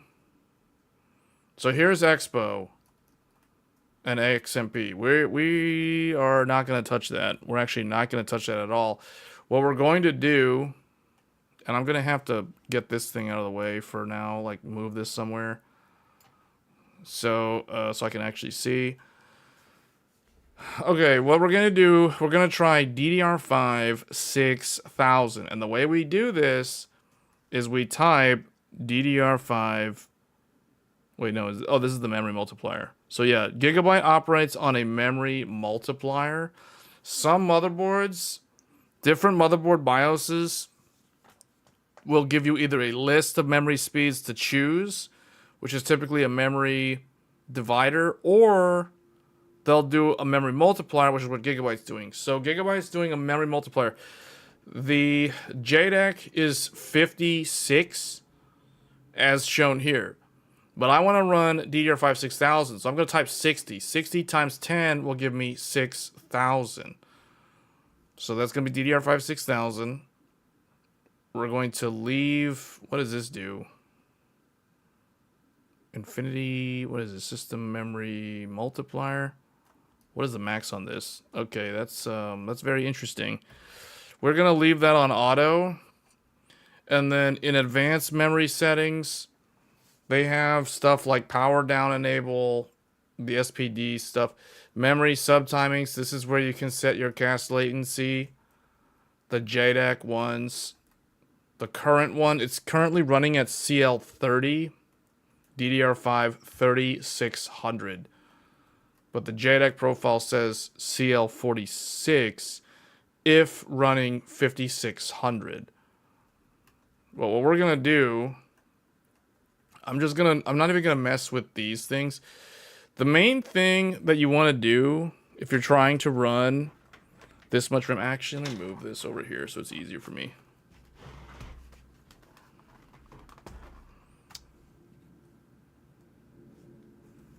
Okay. So the main thing, you don't want to mess with primary timings or subtimings until you can get it to boot up at 6000 or whatever the speed you're trying to do. Now 6000 is going to be the maximum speed that we can do with this much RAM, just because it's that much RAM. But what you want to do, so the voltages the voltages, we can say, if we're going to do DDR5 6000, so that's right there, we need to specify the VDD and the VDDQ on the DDR side. So I want 1.35 volts for VDD and VDDQ, and VDDIO MEM, I can either leave that on auto, or I can set that to 1.35 volts to match the rest of the stuff. So I guess what I'll do, 1.35 volts VDDIO for the memory. Now, the thing that I've noticed with the newest Gskill memory kit, that 256 gigabyte kit, is the voltage on that RAM to run at 6000 is only 1.25 volts. So it's low voltage. And the reason why they're probably running it at a lower voltage is because the memory is probably the top binned memory from SK Hynix. And on top of that, by running a lower voltage, they don't have to lower the impedance so much. They can keep the impedance at a decent resistance to voltage ratio, which means that the likelihood of running errors is relatively low. So that is the reason why that Gskill kit is capable of doing what it does. Okay, so let's go ahead, and because we're working with SK Hynix, we can go and set this to 1.35 volts. And then we can also do vCore SoC. Now, VSoC, you don't really need to change this if you're only trying to get the 6000 speed working, regardless of what the motherboard chooses the timings to be. Once you start messing with primary timings and that sort of thing, then the VSoC comes into play. But typically, you don't want VSoC to go above 1.2 volts. In general, 1.2 volts is going to be the maximum VSoC. You do not want this to go, I would say, the maximum VSoC that I would ever expect to run ever on any CPU is 1.25 volts. Anything above 1.25 volts is not recommended, and I'm thinking that the reason why some CPUs have died from certain motherboards is probably because those motherboards were setting 1.3 volts because that CPU was like a poorly binned CPU, and the motherboard was choosing 1.3 when the user enables Expo or XMP, and that ends up killing the CPU after like a couple of months or so. And that's the reason why I do not recommend 1.3 volts. You want to stay around 1.2 volts in general. The lower you can go while still maintaining full stability, the better it is. Like, the lower voltage, the better. So we're going to leave this on auto. I'm just going to let it choose whatever it wants for now, because we're going to leave the primary timings alone. We are dealing with the SK Hynix. And because it's SK Hynix, we don't need to go above, you know, what is it, like 1.235 for that stuff. And we can look in here and we can see Hynix right here. DRAM manufacturer ID Hynix. SK Hynix. SK Hynix. Hynix. Hynix. All four sticks are the Hynix memory. So let's go in here to the subtimings, and what we're going to do, the magic trick to make this kind of memory run at 6000 is going to come down to the data bus termination values, or the impedance values, or what's also referred to as the data bus configuration. This is how we will get this to work. Now I need to go in here and Okay. So what we're going to do is basically use the values that I was able to use last time to get this to work. So processor, CK drive strength. Last time we tried this, actually the first setting, the most important one, is going to the processor on die termination, or the proc ODT. We want the pull up value to be around 48 ohms. When I'm using 1.35 volts, I'm going to have to try to balance my impedance around that 1.35 volts VDD and VDDQ such that it allows the signal to have adequate strength across all 4 memory modules while also trying to avoid errors. Because remember, the higher your impedance, the more likely the signal will be attenuated. The lower the impedance, the signal will not be attenuated as easily, but as a result, you will get errors. You will get signal reflections. And signal reflections will cause things like game crashing, instability, blue screen, Windows corruption, all kinds of bad things. So it's a balancing act between how low can I go on my resistance values, my impedance values, while still maintaining a certain given voltage that can handle DDR5 6000. So with this memory kit, we're going to do 1.35 volts just because I want to overshoot on the voltage to try to see what the BIOS does with the primary timings, because I'm not going to touch the primary timings. That is mistake number one. Mistake number one is the first mistake is trying to load Expo or XMP. That is absolutely the wrong thing to do in this scenario, because we're using mix DIMM configuration. We're not running a kit that comes with 4 sticks. We're using 2 different kits. They're the same exact SKU from Gskill. They were manufactured at 2 different times. They're different batches, different manufacture dates, even though they're both the same, 2 times 48 gigabyte kit. They might have some micro tolerance differences that could be in the realm of slightly different impedances and that sort of thing. And that's why we want to keep a standard voltage that we know works at the given speed, in this case 1.35 volts, and then we're going to play around with this to try to force the memory controller to adjust the memory timings in a way that it maintains stability. So that's kind of the name of the game. So we're going to do 48 ohms for the proc ODT pull up. The pull down, you can just leave it on auto. It's usually going to negotiate to the exact same number as the pull up. And then I want to do the CA drive strength on the processor side. We're going to do 30 ohms. 30 ohms is the lowest value that it allows you to do. And remember what I said earlier. The lower value, the higher your chance of reflections. The higher the value, the higher resistance, meaning the more it will absorb the voltage. And as a result of that, your RAM will run really hot. So if you're trying high impedance values, you better have a fan actively cooling your memory modules. Otherwise, you're going to burn up your memory modules, or at the very least, you're just going to run a bunch of errors because the memory is going to be thermal throttling out the wazoo, and it's just going to be not stable. So we're going to do the opposite of that. We're going to do low impedance, 30 ohms.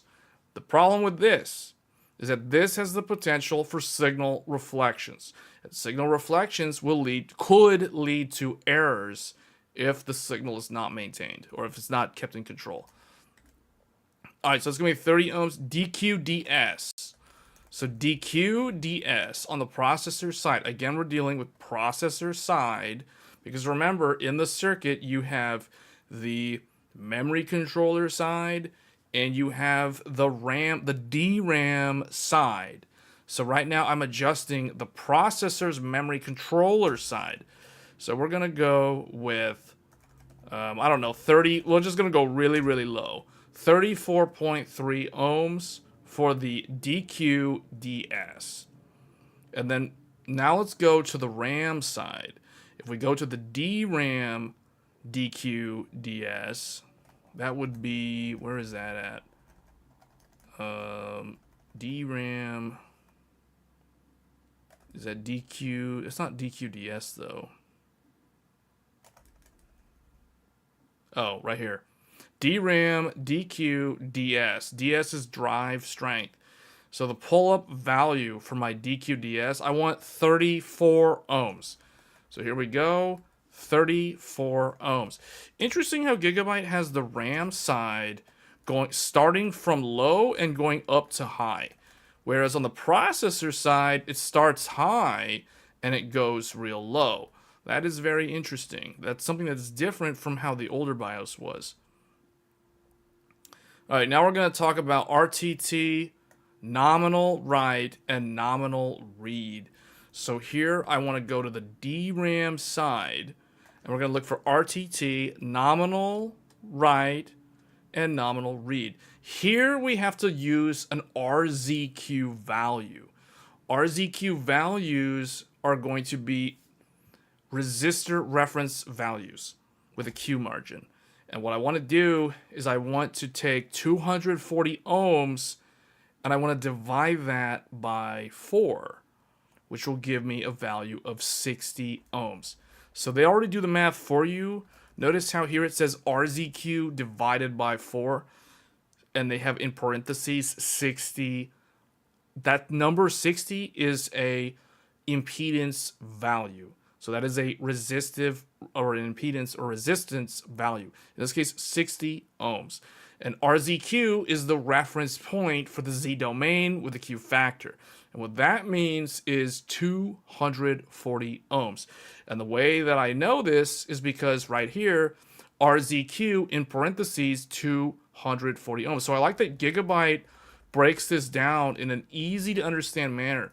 So hopefully everyone is following along, because this is kind of the one live stream that so many people have been waiting for, because there's a lot of people that have been trying to do a whole bunch of DDR5, like 128 gigs, 192 gigs, now 256 gigabytes, and they can't get it to run at 6,000, and that's because they're not tuning the data bus, and they don't understand the data bus, because there's literally no content on the internet that talks about this in a video form. So here we are actually revealing all of the missing information, I'll say, in terms of what you need to change if you want this to actually work. Now we also want to change the nominal reads. So same deal, I want 60 ohms, so that's going to be 240 divided by 4, that equals 60 ohms. And then those are my nominals. The only thing I need to change now is going to be my RTT write value and my RTT park value. So RTT park, RTT write, here what we're going to do, we're going to do 120 for the WR value. So that's going to be RZQ divided by 2. So that's 240 divided in half. That's 120. And then the park value, we're going to go with 48. So again, it's a balancing act because we're trying to prevent errors from incrementing despite lowering the impedance values. I'm not trying to make everything low, because you guys can see that 60 ohms, 120 ohms, 48 ohms, these aren't even the lowest values, right? Like if we wanted to go really, really low, we could go down to like the 30 ohms range. But at that point, we're probably going to run a ton of errors and it just straight up won't be stable.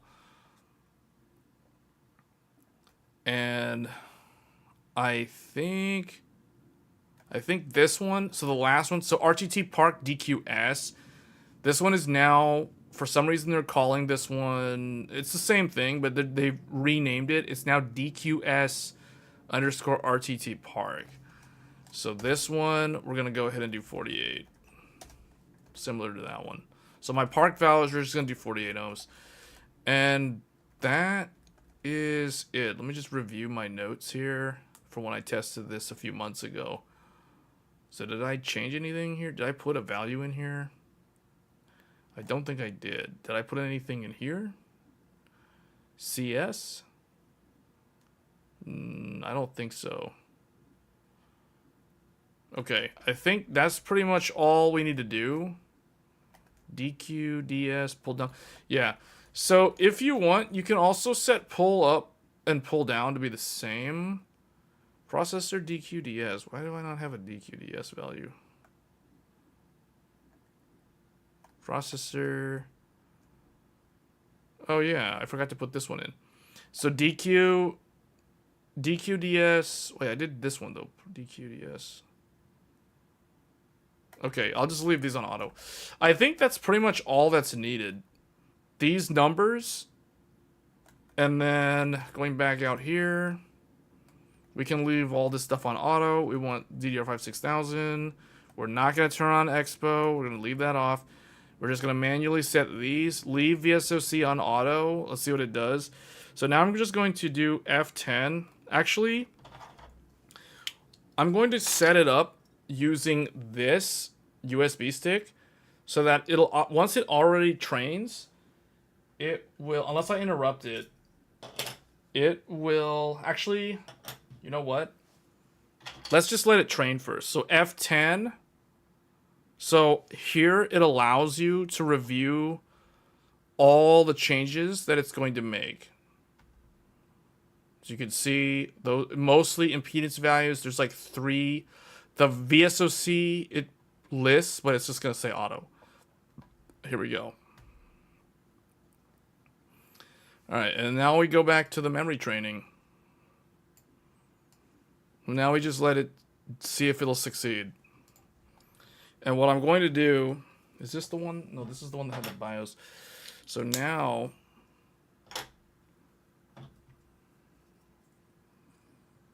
I'm just going to let it train and go into the BIOS. I'm not going to plug in my memtest86 USB.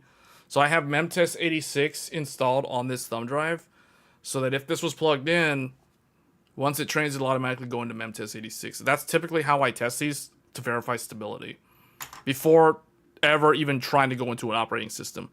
Because it's like you can go into the OS and try OCCT, memtest, you know, Intel burn test, whatever, Y-cruncher, whatever you want to do in the OS. But if the memory is not stable and you go into the OS, there's always that chance that you could corrupt something in your operating system, and that's not good. You could suffer data loss if you do that.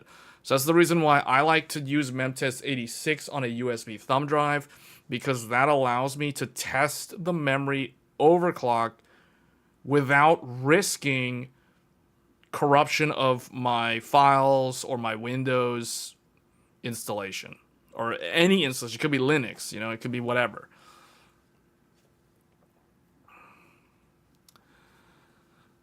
No, well, I mean, yes and no.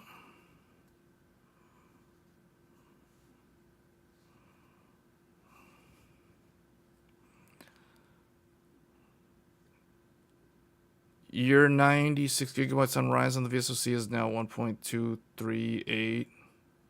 How did you determine that number?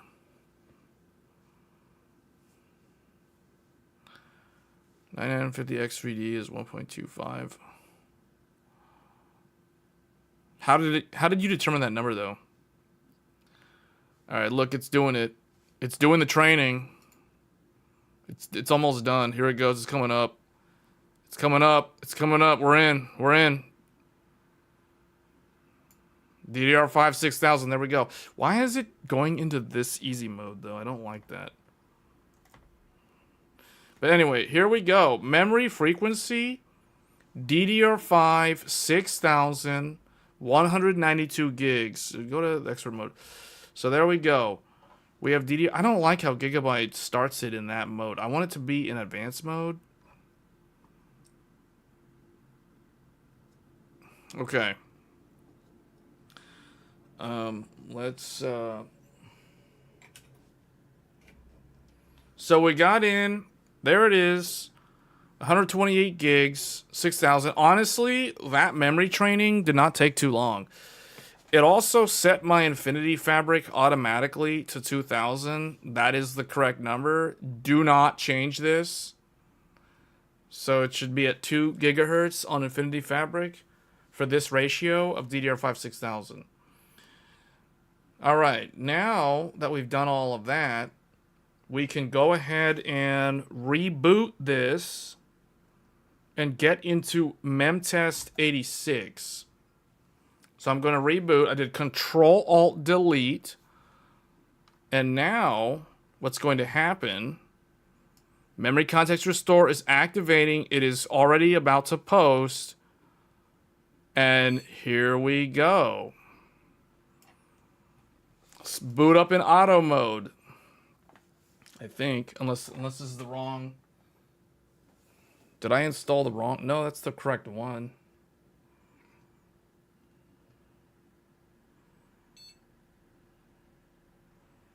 Yeah, there it goes.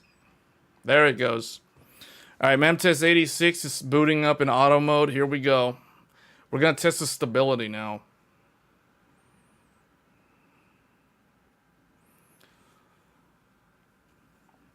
The system chose it on BIOS update.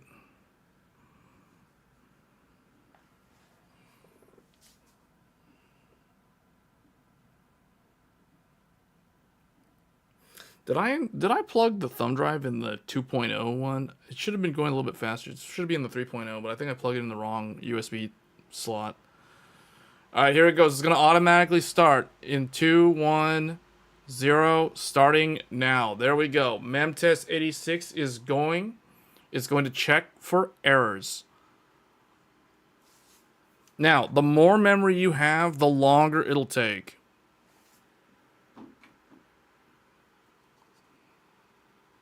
Why have you not enabled MBIST data I for better? Because I'm talking to chat and the thing just automatically loaded. I mean, you can do that. But typically, you let it run like this for a while. Typically, the more memory you have, the longer it'll take to do a pass. 192 gigs will take a long time versus like 64 or 32 or 48. So this will take a long time. We're not going to sit here and wait for it to pass one full test. I just want to see if in the next 15 minutes or so, if we're going to run an error. Yeah, it'll take a very long time.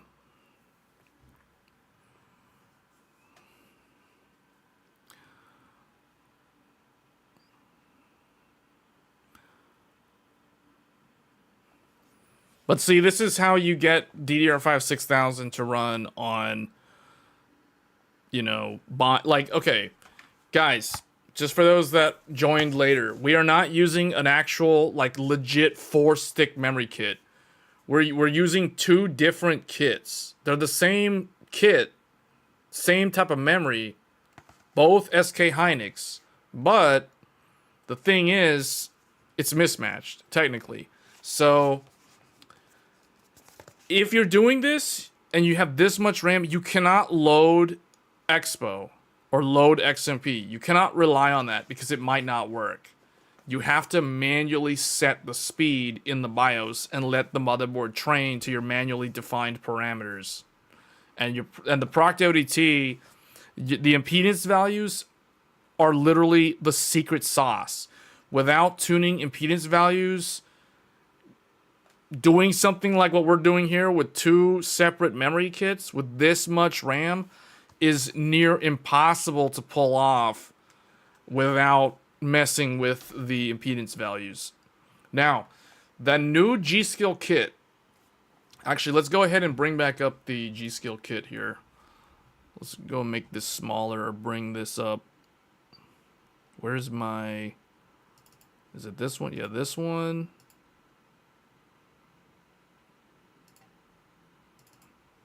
Why is it not? Oh. Okay. So this memory kit. So the reason why this one is supposedly plug and play. Now it's not plug and play. It is only plug and play on certain motherboards until Gskill verifies more motherboards and those motherboard manufacturers decide to update their BIOS to like automatically configure the proper impedance values for that much RAM, for that actual kit of memory, with the Expo profile loaded. Until that happens, you're most likely going to have to resort to manually setting the values for it to actually work. So that is the reason why what I have shown is still extremely relevant. But over time, it'll probably become slightly less relevant because there'll be more. Here, I'll just make this smaller, move this somewhere, and then make this larger, I guess. Let's go back here and bring this up. I'm just going to make the window real small until we see an error. I'm just going to put it like that. So that's just going to keep running in the background. But eventually, my method will become less relevant. But I wanted to show you guys how to do this if you're somebody who wants to run a ton of RAM and your motherboard is literally not on the list yet. That way, you can still get this to work. Provided you're on Gigabyte or ASRock. What I have shown, the BIOS settings that I have shown, I have only validated that they work on ASRock motherboards and Gigabyte motherboards.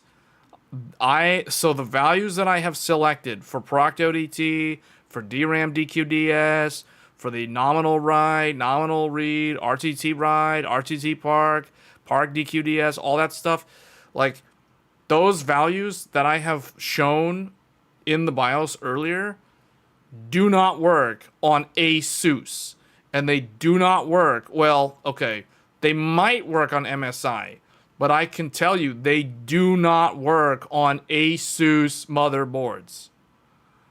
They might work on MSI, but when I tested them with MSI, and granted this is an MSI godlike, they kind of worked, but it was kind of questionable. Like it could pass MemTest 86, but sometimes it wouldn't wake up from sleep, and that was a bad sign in terms of stability. So things like that. Okay. So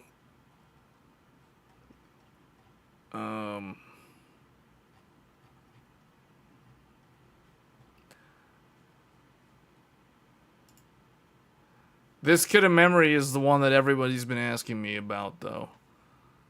And if you need a lot of RAM, this will probably work. However, I'm going to guess that because it's 1.25 volts, it probably needs even lower impedance values. Yeah, so this one's probably gonna run, so like instead of 48 ProctODT, it's probably gonna be like 44 point something ProctODT. It has to do with the way Gigabyte did the topology layout. These are all signaling characteristics, because what we're doing is we're tuning the noise ratio on the data bus. That's what we're doing. So in order to illustrate this in a way that other people can understand visually, we have to bring back up paint. So in order to do this, I don't need this anymore while that's going, so I can move this over here. Okay, we don't need any of this anymore, I guess. So when you have voltage and impedance values, oh wait, I don't want the chat to be like in there. Let me draw like this, I guess. So, oh wait, that's not straight. What happened? Okay, when you have, so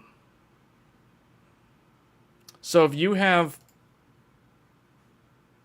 high impedance, so let's say this is my impedance. As the impedance goes up, the signal goes like this. This is my signal. We'll just say this is the voltage signal of the memory controller to DRAM and back. Okay. So if you have a high impedance, as impedance increases, as it goes up, as impedance becomes a bigger number, this is like 1, this is 2, this is 3. As the number gets big, like over here, it's like 10. You know, as the impedance goes up, let's put this another way. Let's use real numbers, actually. I just got the ugliest phone I have ever had. I also bought the AirPods Pro 3. Oh, those are the ones that could do the automatic translation, right? The AirPods Pro 3, aren't those the ones where, like, you can be talking to somebody, you can be talking to them, like, if you're wearing AirPods Pro 3, and the other person's wearing AirPods Pro 3, and you talk to them, let's say you start talking to them in, like, Mandarin or something, and they talk back to you in, like, German or whatever, like French or some other language that you can't understand, and you're talking to them in a language that they can't understand, isn't the AirPods Pro 3 the one that can automatically translate?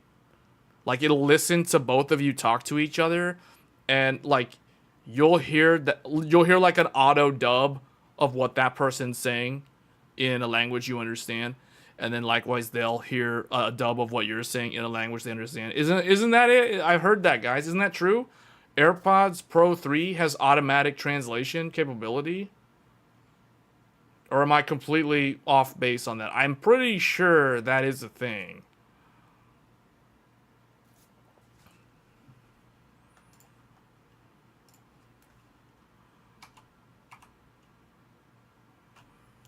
$34. 30, what was it, 38 or something? 44, 48. I don't know what. I'm just going to put some random numbers. 60, or just, no, not 56. 60, 60, 80, 120. High impedance. So, when the impedance is super high, your signal dies. So your voltage basically gets eaten up by the resistance. The resistance absorbs your memory signal. So you basically get nothing. And the high, meaning, if you want to overcome high impedance, you need much higher, you need voltage to be very high. You need high voltage to overcome the high impedance to maintain the same current flow for the same signal. Now, what happens when you do that? When you do high impedance, it's going to require higher voltages. And what does that also mean? That means temperature goes through the roof. The DRAM will, the memory chips will run so hot that they're going to thermal throttle. DDR5 thermal throttling is a thing.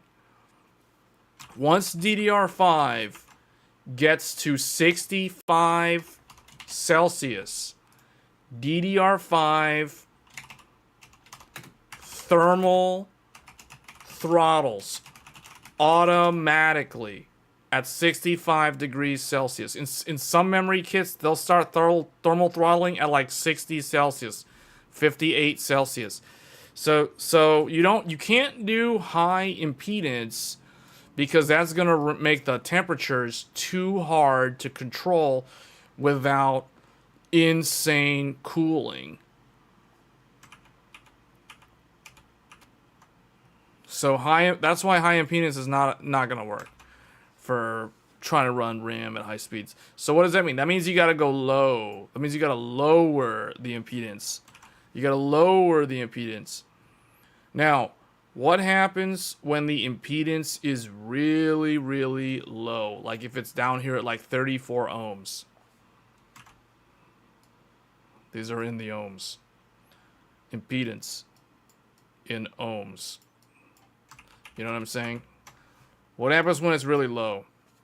When it's really low, the voltage signal is really high. It's really, really strong. Very strong signal. At high impedance, we have weak signal. At low impedance, we have strong signal. As impedance gets higher, signal quality goes down. It gets attenuated. It gets weakened. The memory controller's signal to the RAM gets weakened with high impedance. So if you want to keep it really strong, you go with low impedance. Now, as with everything in nature, there is a balance, because if you have high impedance, you have weak signal. If you have low impedance, you have very strong signal. But what happens? What is the negative side effect of having very strong signal and low impedance? You get something called, well, who can tell me? I said the answer earlier. This will tell me, whoever can tell me what is the downside of this, they were either paying attention or they truly know how memory overclocking works.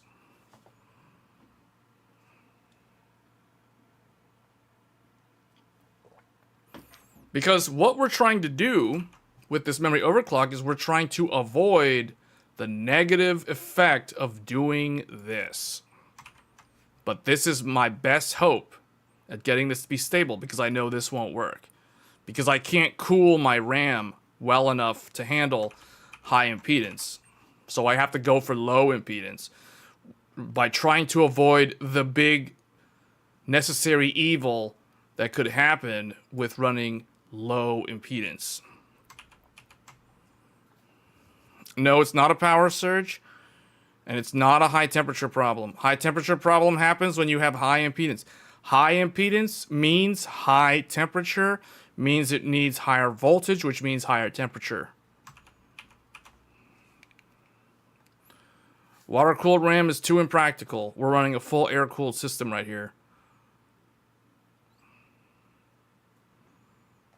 Does anybody remember what we said earlier? Okay. Noise that's thinking along the lines. Reflects back. That is exactly what happens. When you have low impedance, you have signal reflections. The reason why the RAM will need a specific impedance value range to operate is to avoid something called signal reflections. This is a key word in the realm of overclocking memory that you'll probably never hear anyone even talk about. But this is a reality of memory overclocking, because memory overclocking is dealing with essentially a full transmission line, because the signal leaves the CPU, physically leaves the CPU, goes through the motherboard, into the memory, into the DRAM, and then either does a read operation or a load, store, or a write operation into RAM. That's why, do you guys remember when we were adjusting BIOS settings, we had something called WR and RD? We had write impedance values for write operations and impedance values for read operations. The reason why these are so key is because we're dealing with memory, and memory is all about reading and writing. Most of the time, that's what's happening with RAM.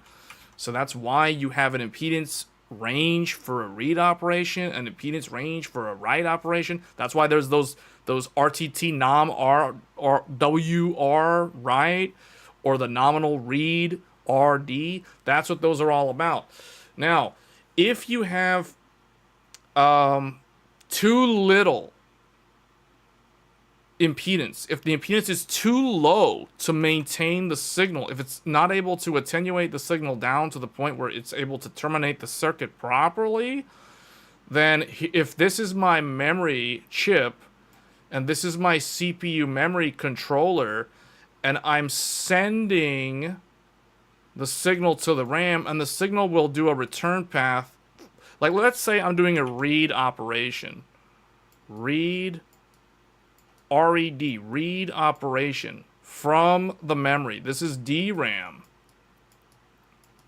This is DRAM. This is CPU. So I do a read. This memory address has the data that I need to read. So it goes in, it pulls the data, then it does a return back to the CPU.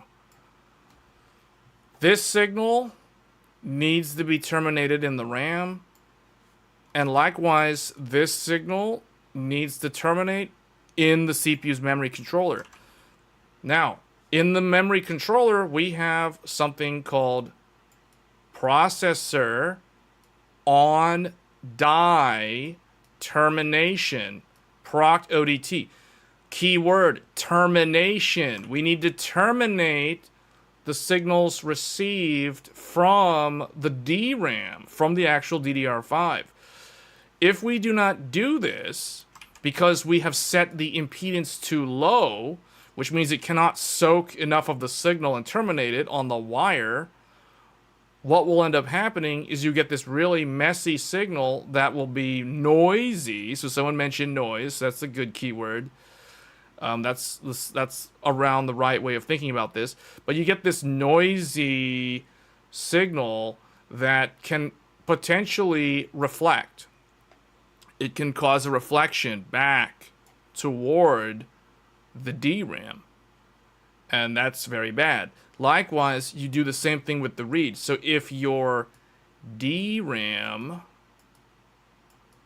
on die termination, your DRAM ODT is not good. In this case, you wouldn't actually have a DRAM ODT. You'd actually have drive strength values in this scenario. If the drive strength is too, if it's stronger than the impedance can handle, then you would get the exact same effect. You get parts of the signal that can reflect back toward the CPU. And what does that manifest as? Like, how do you know you have signal reflections? Like, what is a visual indication of signal reflections happening? Like when you're using your computer and you're trying to see if your memory's stable, what tells you you have signal reflections happening if you know you have configured a low impedance value? Who here can tell me how to tell if you've got reflections going on without an oscilloscope?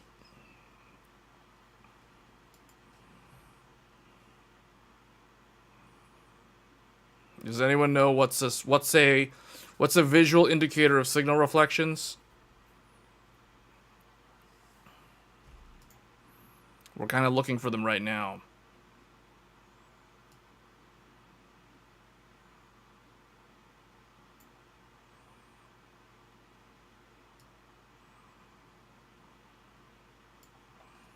Does anyone know?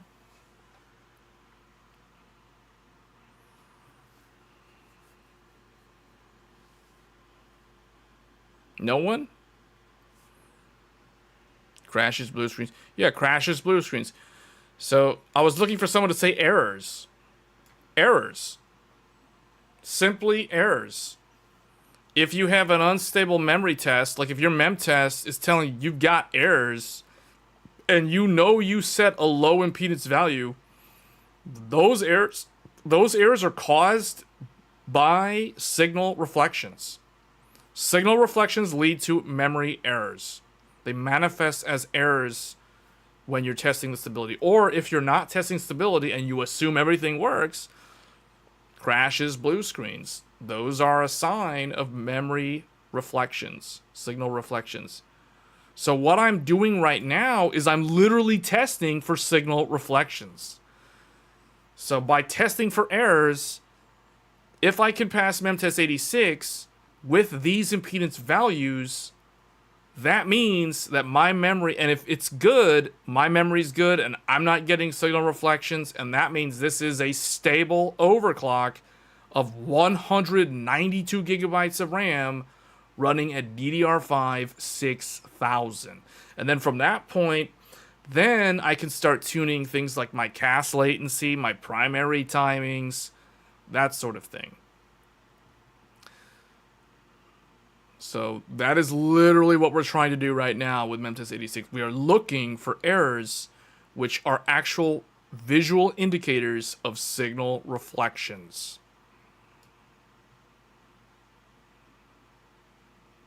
So anyway, that pretty much sums up the main thing that I wanted to talk about on this stream. And so far, memtest86 has been 100% clear. We have not seen a single signal reflection, aka memory error, the whole time we've been running this test. So this segment of the live stream, I might make this a separate YouTube video just because I think that this is something that people who are trying to get a lot of RAM running at DDR5 6000 probably need to watch this part of the video to understand how it actually works.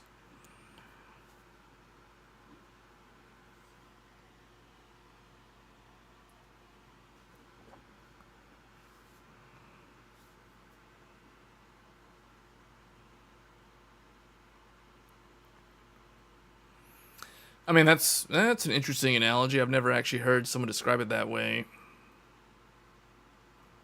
But yeah, so far this has been running stable, guys. Like, and spoiler alert, I've already done this like in multiple videos in the past, so I know that these settings work with this motherboard. Now, these settings are not guaranteed to work with every motherboard. What I can tell you is that these settings will most likely work for any run-of-the-mill Gigabyte motherboard. And they will most likely also work, strangely enough, they will also work with ASRock motherboards. But they, for some reason, these values that I use do not work with ASUS. And they might or might not work with MSI, but it kind of depends on the MSI motherboard. The ASUS board, you would have to mess with either a lower voltage and well, if you try my impedance values, you probably want to try a lower VDDQ than 1.35, probably like 1.3 volts. See if that works.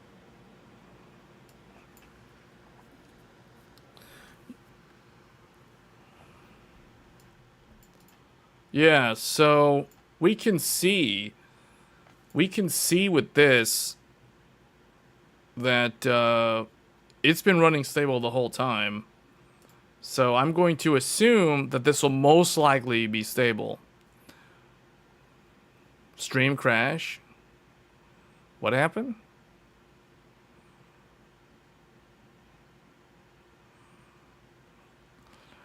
But I know I've done a video like this similarly with the ASRock X870E Nova with the exact same settings, and those worked fine.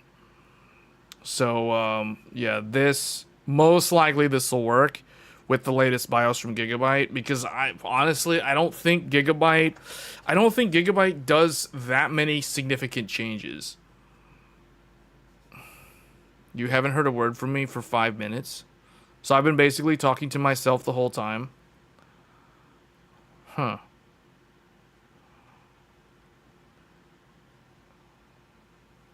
Did I lose internet connection? What? I don't know, maybe my internet went down? You didn't hear what I would do for ASUS? What I was saying for ASUS is very hit or miss. In general, with ASUS, if you buy a memory kit like the Gskill memory kit, like this one, right? Hold on, let me make this smaller again.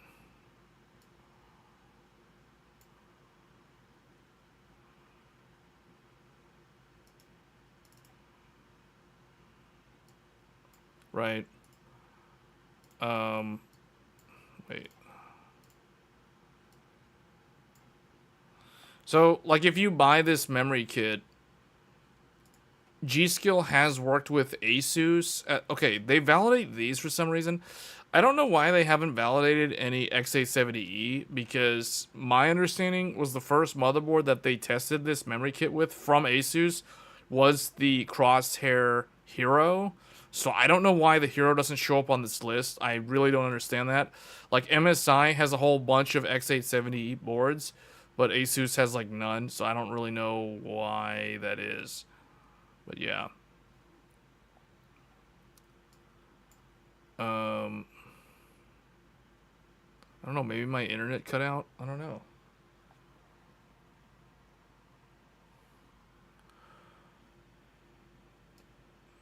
But what I was saying for ASUS, though, is you can try the values that I have used, but if I had to guess, you may need to use the lower voltage than the 1.35 volts. I think 1.35 volts with a low impedance is probably going to need,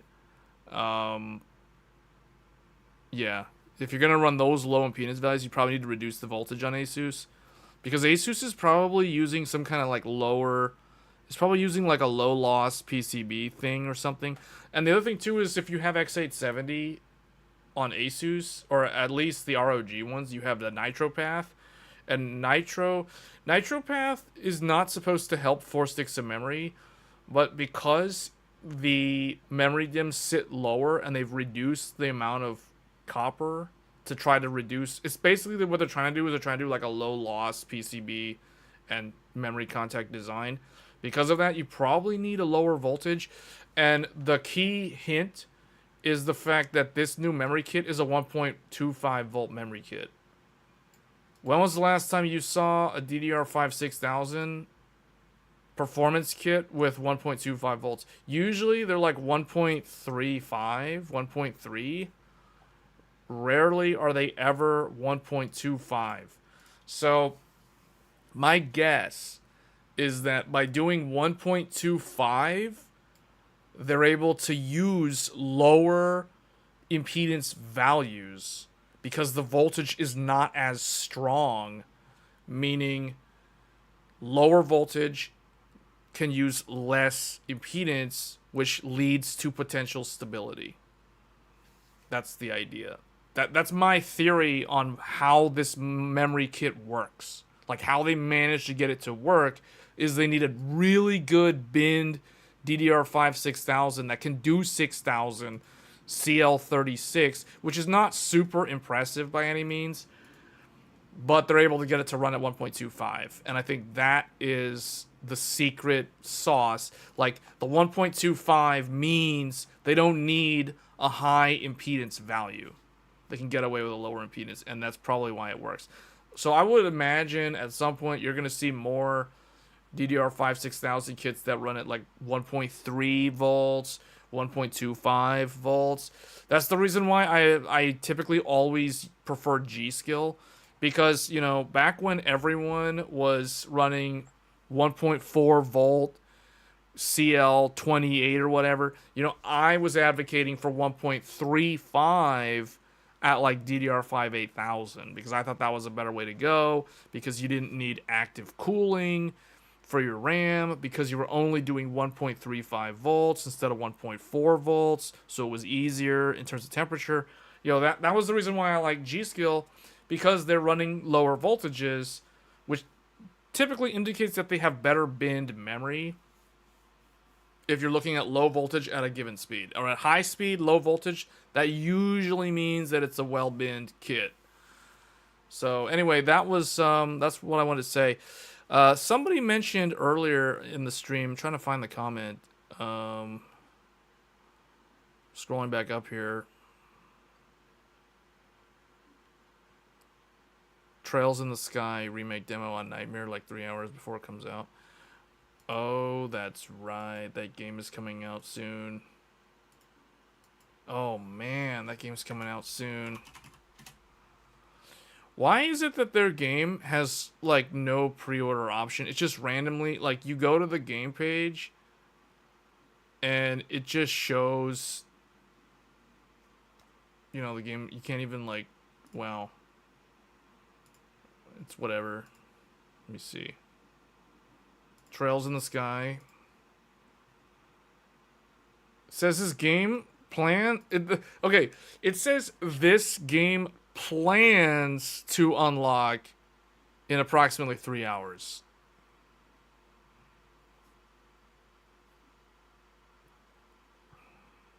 So I don't know what the deal is there. But yeah, we're going to be streaming that tomorrow. We'll be streaming that pretty much the whole weekend, probably. I don't know. Yeah, that game's good, guys. Like, that's probably the... I don't know. I mean, for nostalgia, that's game of the year. But for, I guess, like, RPG category, that might be runner-up. I don't know, man. So far, out of all the RPGs that have come out this year, I don't think any of them are able to top Expedition 33. But if there's one game that stands a chance of doing it, it's Trails in the Sky. Trails in the Sky. The problem is we're talking about a remake versus like a brand new thing. So typically the brand new thing is going to have an advantage in that regard.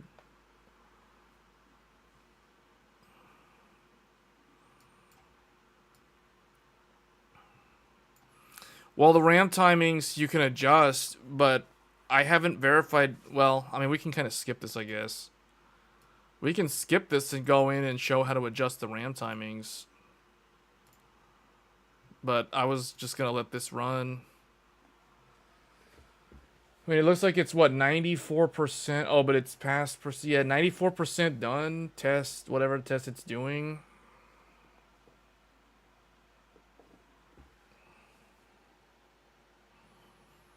One thing I don't like is that it doesn't tell me the RAM temperature. That could be because I'm running 2 sticks of memory, or like 2 DPC.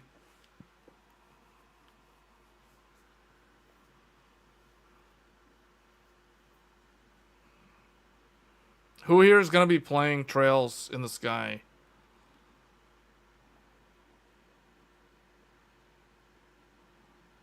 Besides Praetor and myself. Hold on, let's do a poll.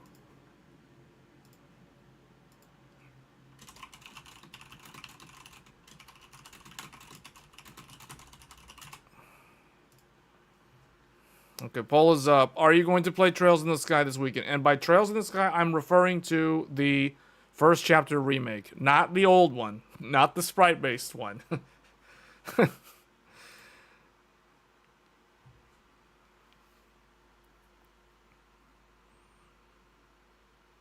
Dying Light, The Beast. Did anybody play Hollow Knight? I mean, a lot of people... is that the game that everyone was talking about? Was it Hollow Knight? There was one game that came out the same day as Hell Is Us, and it just kind of overshadowed Hell Is Us. And unfortunately, I don't think I'm going to ever finish Hell Is Us, at least not anytime soon. It didn't make it in time. I wasn't able to finish Hell Is Us in time. It's too bad. It's like tomorrow is the 19th, and Hell Is Us is not anywhere. I'm not anywhere close to being done with Hell Is Us. So I guess that game, unfortunately, that game's gonna go into the category of games that I never finish.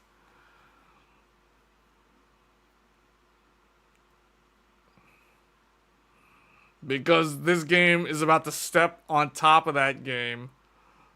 Hollow Knight.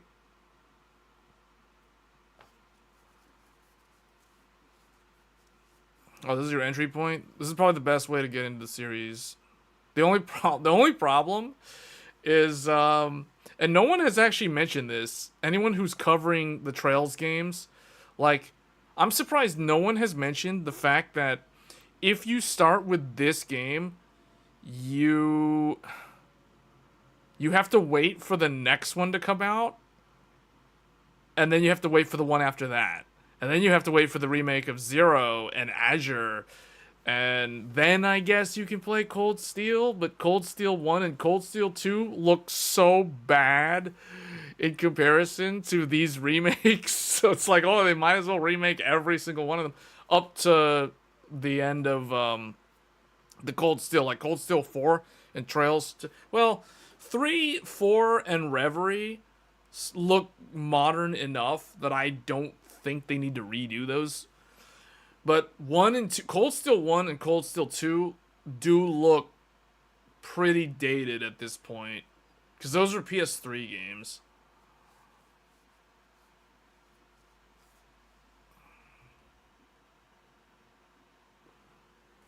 The smart devs moved their games to nowhere near Silksong.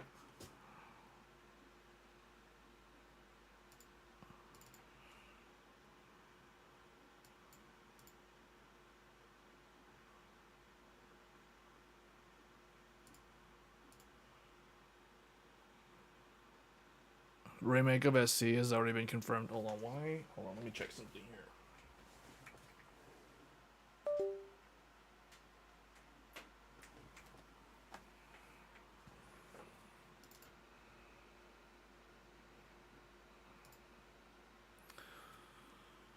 Silksong was highly expected. It's a great game. Hell is Us a way better game.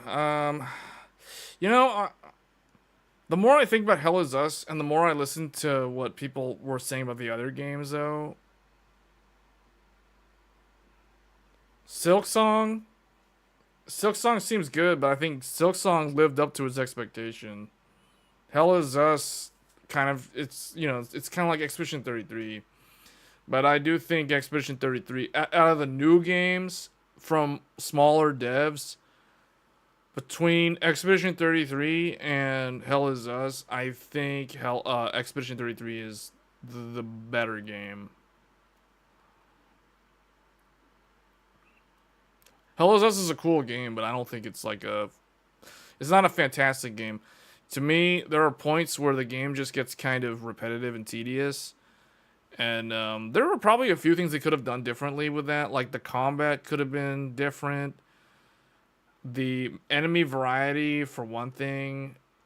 I didn't like the fact that your typical enemy in that game has that colored shape that comes out of their face, and you have to kill that thing and then to kill the enemy. So you basically have to kill the enemy twice to get rid of them. And that gets kind of tedious, and the move sets are not very interesting. So I mean the combat in Hell is Us is very, it's like a C, like if I had to it's like a B minus at best. It's kind of bland. The combat's bland because the enemies are very bland and repetitive. There's no variety. There's like very little variety. And there is a fast travel system, but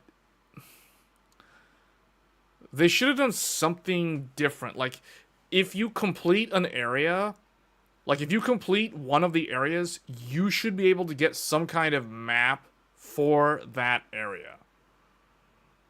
Because what's the point of not, like,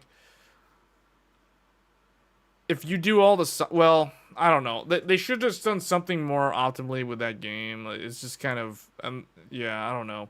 It's an okay game. I would say Hell is Us is a 7 out of 10. And a lot of reviewers say 7 out of 10, and I can understand why they say it's 7 out of 10.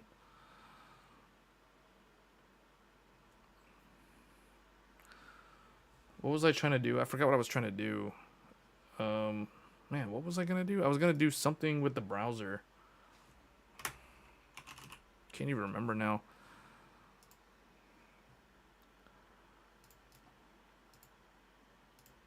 Oh, I was going to clean this, and then we're going to do, oh, I was going to talk about the Trails games. Yeah, that's right.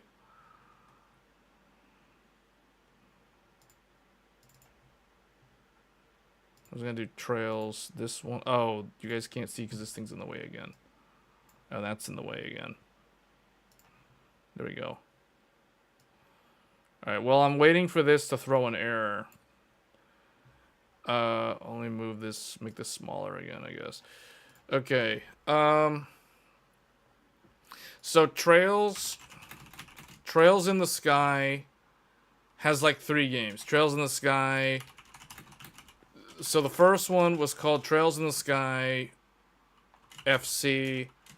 Trails in the Sky SC. First chapter, second chapter. Trails in the Sky. What was the third one called? It was like third chapter? I thought it had like a special name. Trails in the Sky, the third. It was like the third. For some reason. It's like the third. That was its name. That was literally its name. So this is known as the Sky Trilogy. Like, these are all sprite-based games. Then they did Trails from Zero. Trails... Was it Into Azure? No, Trails from Zero. Trails into Azure, I think. Or Trails into... Man, what was that one called? Trails from Azure? Trails into Azure? Trails... Azure? Trails to Azure. Trails to Azure. These are the cross bells. So this one, these are known as the Sky Trilogy. This one is known as, I don't know what the color of crossbell is. Crossbell Arc. Crossbell Arc. Then there was the one that had like a ton of games. Trails. Trails of Cold Steel. Trails of Cold Steel. Trails of Cold Steel 2. Trails of Cold Steel 3. Trails of Cold Steel 4. And then there was Trails into Reverie? Trails into Reverie? Okay. That one, this one is known as... What is Cold Steel's color? I don't know. Cold Steel. Cold Steel. Then there was the most recent ones. Trails through Daybreak. Trails through Daybreak 2. And then Trails Beyond the Horizon. This one is January 2026. So that one, this one is available in Japan, but it is not available internationally until like first month of next year. So anyway, these are like all the games. These are all the current games, and this one is known as Daybreak. Now, another way to look at this is because they use one world, one interconnected continent, and meaning with each subsequent game, like all the characters from the previous game carry through into the next game. You can think of this in another way. So what I like to think of it, this is the... Oh boy, I gotta move this thing down. This is the liberal, how do you say that? Basically the kingdom, the liberal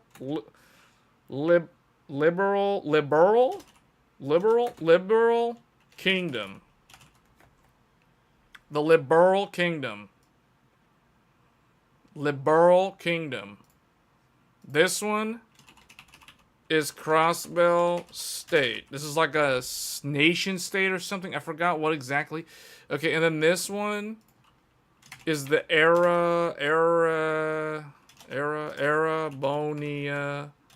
Arabonian Empire. The bad guys. You get to play as the bad guys in this one, or you get to at least see their viewpoint. And then this one, the most recent one, is the Calvard Republic. So I don't know how, somebody's comment about Trails just got the whole thing like going off on a tangent now, while we're waiting for that memory to throw an error. Okay, so Liberal Kingdom, Crossville State, Erebonian Empire, Calvard Republic. So this is it. This is basically it. So the new game that is gonna be featured this weekend is called Trails in the Sky. First chapter. They're actually doing it. They actually are redoing it instead of FC, because legit it was called FC, like abbreviated. They use an abbreviation in the name of the first game. So this is basically a remake of the very first game.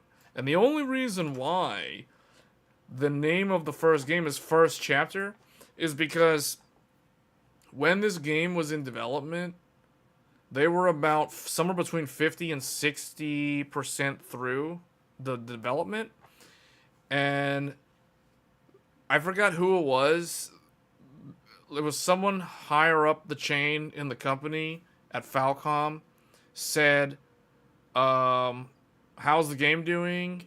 And, you know, the team's like, well, I mean, it's coming along good, I guess. I mean, it's like 50-something% done. And then the guy's like, oh, that's great. Go ahead and release the game. Just go ahead and put the game out now, so we can finally have a game on the market. So they basically released the game as it was, and they called it FC First Chapter, because they're like, well, it's gonna have a horrible cliffhanger ending because it's not like, it's not done technically. So really, these two games are kind of like one big game, kind of split into two. It's like part 1, part 2. It's kind of like Harry Potter and the Deathly Hallows part 1. Like, you know how the movie is like 2 movies?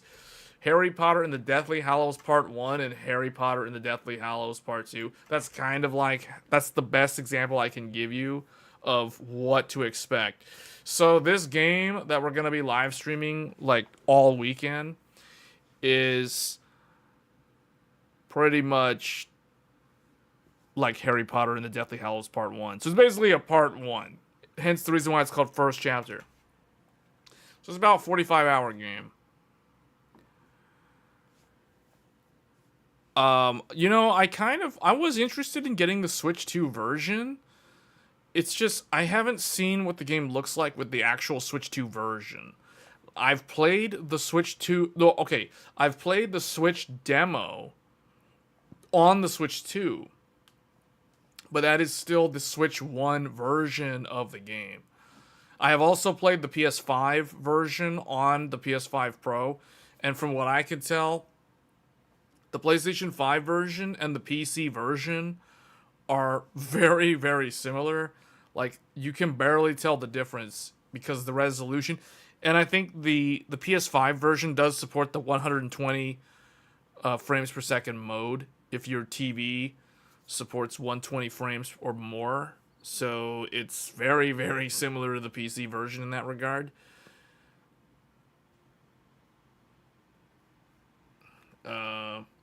Yeah, I don't know.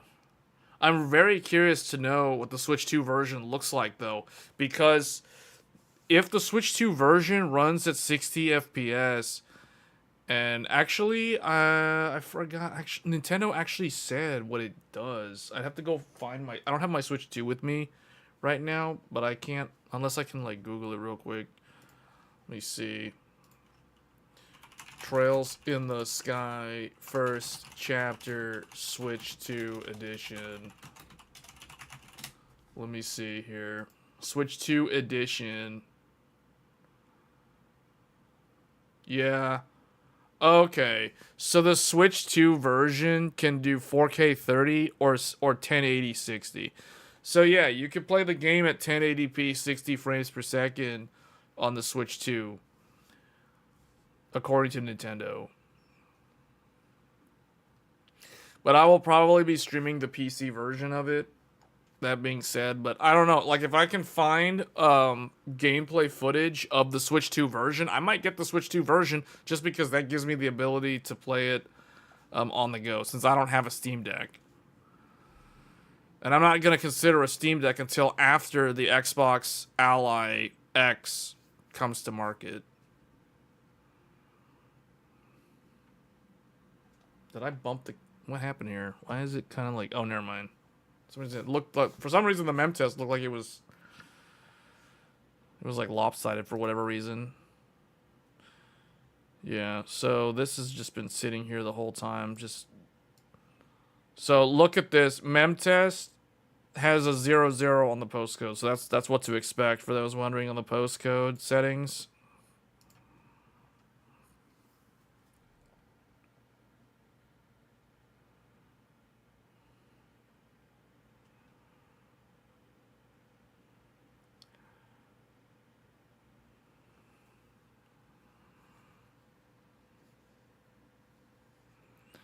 You're looking for games that you consider buying on the Switch 2? Yeah, well, it says it right here.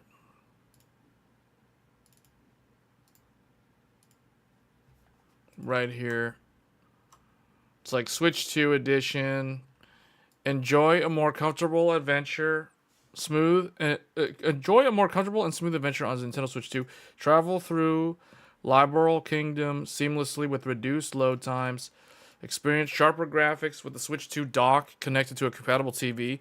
Enhanced gameplay including up to 4K at 30 or 1080 60. So obviously 1080 60. Yeah. And that actually leads me into what I was going to talk about. Now I remember the reason why I did this was not because of the games, it was actually the engine. So the game engine is what's unique about these. So the old, I don't know what the engine was for the sprite-based games, but basically all of these games were like old school Final Fantasy VI style sprite. So this was like 2D sprite games. You know, the first 5 games. So all the Liberal Kingdom, all the Crossbell, those were all sprite based.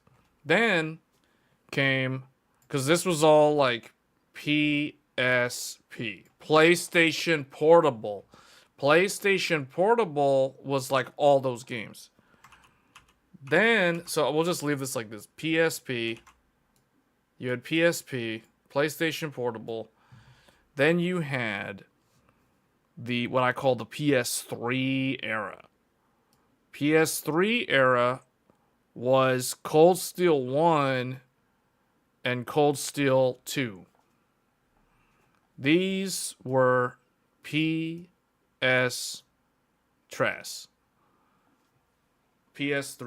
Then you had PS4 era games, which actually include the Daybreak 1 and 2, and I think also Horizon is on PS4. Someone's going to have to correct me on that last one. I don't know if this is on PS4. I think it is. But PS4 basically were these 3. PS4. When Daybreak 1 came out, it was PS4 only in the beginning, but then they did a patch update for PS5. So technically, like in my mind, personally, I consider these 3 PS5. Even though I think you can, that first one for sure you can play on PS4. I think the second one also. I'm not sure about Horizon. But anyway, PS3, PS4. So Cold Steel was basically split between PS3 and PS4 generations. And then Daybreak was split between PS4 and PS5 generations. There was actual overlap there. Here there wasn't really overlap, but here there was overlap. The engine, though, is what I wanted to talk about. So these were all the sprite-based, basic RPG Maker style looking graphics. The Cold Steel 1, Cold Steel 2, all the Cold Steel up to Reverie, all of these, all of the Erebonian games are using Sony's Fire Engine. The Sony proprietary Fire Engine, which is actually a pretty good game engine, believe it or not. Sony's engine is quite good. The Cold Steel games, all of them, the PS3 ones, the PS4 ones, they're all on Fire Engine. So if you want to see what a Fire Engine game looks like, go look at Cold Steel 4 or Trails into Reverie, because those are PS4 era Fire Engine games. The Cold Steel 1, Cold Steel 2, those are the PS3 era Fire Engine games. So these are all Fire Engine. And then now, what did they call their new engine? Falcom's new game engine. They actually recently gave it a name. Yeah, FDK. Yeah. They finally named it. Like, it didn't actually have an official name. So the new games, the Calvert games, are on the new proprietary Falcom developer kit. This is the FDK engine. That's what the Calvert games are running on. That includes the one coming out in January, and believe it or not, that includes the upcoming remake of First Chapter. This is going to be running on their FDK engine. And their FDK engine is quite good, actually. It's definitely better looking than Fire Engine. And the nice thing about it, unlike Fire Engine, which struggled with trying to scale up or scale down, FDK can scale down pretty good. Meaning that's the reason why we're getting a Switch 2 version of the game. So they couldn't do it with Fire Engine. Maybe they could, but they didn't. Because Fire Engine supported PS Vita and I guess PSP also.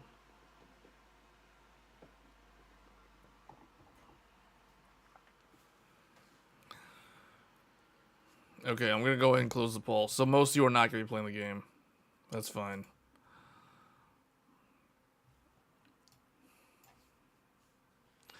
Alright, well, this was kind of the extra discussion. This is like the gaming discussion. So I think this is a good stopping point for the stream. We have been running the memory test the whole time. MemTest 86 has been going, and we have not run a single error, and it's still going. It's doing the sleep test. You can see 270. It's counting down. 270. See, this is what I mean by suspended RAM is a very, very important feature. And oftentimes, if you can pass some memory test or your applications seem to work, but if you put your computer to sleep and if your computer can't wake up, or if your computer blue screens after waking up from sleep, it's not stable. And this tests that. I like that MemTest 86 tests sleep.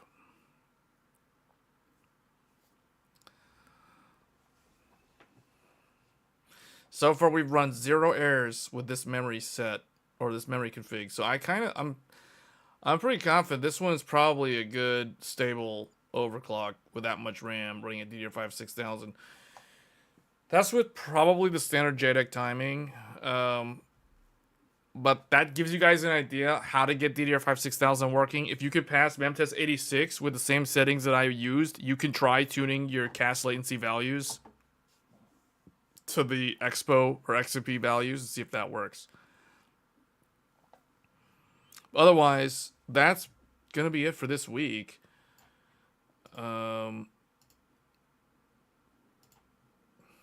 I think that's where we're going to end the stream for this week.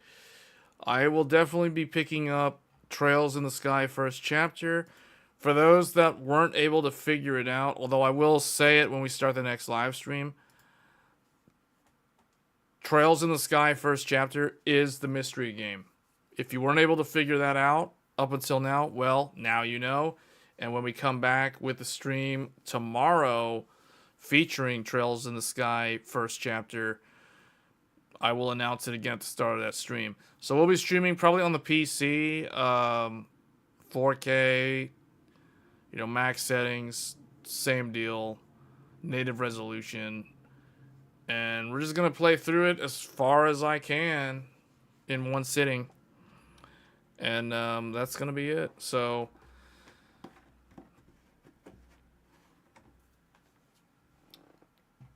all right, guys. Thanks for tuning in. If you're new to the channel and you like this sort of content, do get subscribed to the channel. It does help me out. It does keep me motivated to keep making these type of... Is 2 sticks better than 4 sticks on a board for gaming? Or is 4 sticks better? What are the advantages and disadvantages of both configurations? So if you're running... Okay. In general, 2 sticks... So, okay. If we're talking the same memory capacity... So, for example... the one that I always talk about, like 4 times 24 versus 2 times 48. In general, hold on, what happened here? Oh, this thing's in the way. Gotta move this again. Move this somewhere. Put this here. So if you're doing 4 times 24 versus 2 times 48, if they're the same speed and they're the same exact, like if everything is set the same speed, same voltages, same primary timings, same secondary timings, same TREFI, same everything. In general, there shouldn't be much of a difference because here we're talking 4 single rank versus 2 dual rank. However, typically, dual rank is going to give you better performance, ever so slightly better performance, because the interleaving of the channels is superior because the memory modules are in closer proximity to one another. I mean, they're not spread out across 4 individual DIMM slots. It's 2 DIMM slots. Well, it's actually 1 DIMM slot versus 2 DIMM slots, because this is 1 DIMM slot, this is 2 DIMM slots per channel. We're talking about the channels. So if you're talking about channel A, this is superior in the sense that you only have 1 stick to traverse for channel A. In this scenario, you have 2 sticks to potentially have to traverse for channel A. So you'll have ever so slightly worse performance with the 4-stick configuration versus the 2-stick configuration. In general, dual rank is going to be better than single rank. But if you're doing the same, like apples to apples, meaning same capacity, same speed, same everything, same subtimings, tertiaries, primaries, everything's the same exact thing, you're barely going to notice a difference, if at all. You can do the IDA 64 comparison, and you will see that it's not even that different at the end of the day. Now, if you're doing like 2 times 24, in this scenario, this is single rank, 1 DIMM per channel, versus dual rank, 1 DIMM per channel. This one is going to be better. That one is going to be better, because you get better memory interleaving, because you have more memory per channel to just toss data into memory. Meaning, okay, really the reason why this is better is because Windows is better at, well, I shouldn't say better. Windows is like sloppy, we'll say, with memory management of applications compared to Apple, comparatively speaking. So this is the reason why Apple can get away with selling you 48 gigs of RAM in a MacBook, but the equivalent Windows laptop would need at least 64 gigs of memory, if not 96 gigs of memory, to match a MacBook memory management at like 48 gigs. if that makes sense. So in this scenario, if we're talking Windows operating system, 2x48 is going to perform better than 2x24. Usually, people that are doing 2x24 are probably going to be running like faster memory speeds like DDR5 8000. In that scenario, they're probably going to be performing better than 48, or it's going to like make up the difference and then more. So it kind of defeats the argument. But going back to what I was saying earlier, like 4 times 24 versus 2 times 48, you're barely going to notice the difference. Assuming everything is set identically. But this will be ever so slightly better versus this. The reason why I do 4 sticks is because I like the look of it. It's that simple. I don't care if 2 times 48 is ever so slightly better than 4 times 24. I want 4 sticks of memory. I like the look of 4 sticks of memory, so I'm going to run 4 sticks of RAM. I don't care if this is slightly better.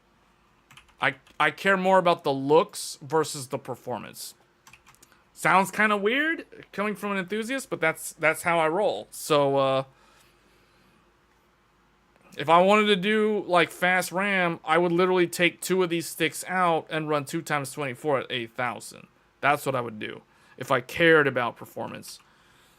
But if I'm talking about like productivity, I want it to look, I want all the memory sticks to be populated, so I want it to look as, I don't care if I'm sacrificing like what 0.04% performance or whatever that small infinitesimal amount, irrelevant amount actually ends up being, if this looks better to me.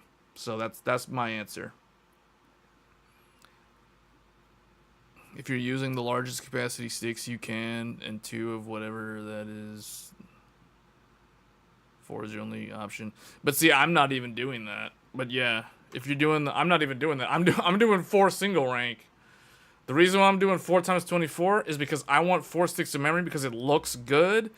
And this 24 gigs is currently the largest single rank DIMM that I can do. So I can plug and play DDR5 6400 with 4 sticks and it works.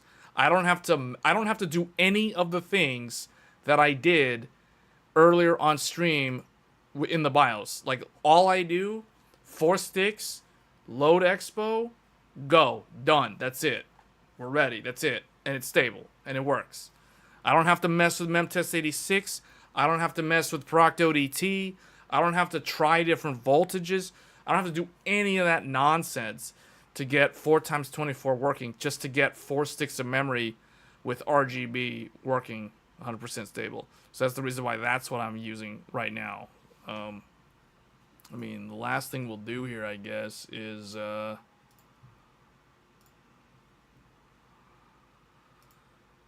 then we definitely have to end the stream. Task Manager. I can show like what we're actually running. There you go. 96 gigs of RAM, 4 out of 4. So I'm running 4 sticks of single rank. 4 times 24 equals 96. And guess what? 6,400 mega transfers with 4 sticks. Check that out. Plug and play, easy mode. That's the easiest way to do it. But if you're doing like 256, 128, 192, unfortunately, you gotta do memtest86 stability testing. You gotta go and program proctodt values. You gotta go mess with RZQ resistors. You gotta do all the extra steps just to get 128 or more gigs of RAM at 6,000. And after all that said and done, you're capped at 6,000. You're not going above 6,000. Forget about 6,200. Definitely forget about 6,400. You're capped at 6,000. 6,000 is the absolute limit if you're running 128 or more in terms of system memory with 4 sticks of memory. Meanwhile, single rank, I'm doing 6400 plug and play. I don't have to do anything. So it's take your pick. You either make your life easy or make your life hard. You know, that's why I say 128 plus is considered hard mode. It's activating hard mode. So, all right. Well, it looks like this is most likely gonna pass. You know, so we haven't run any errors. It's been going the whole time since we set this up.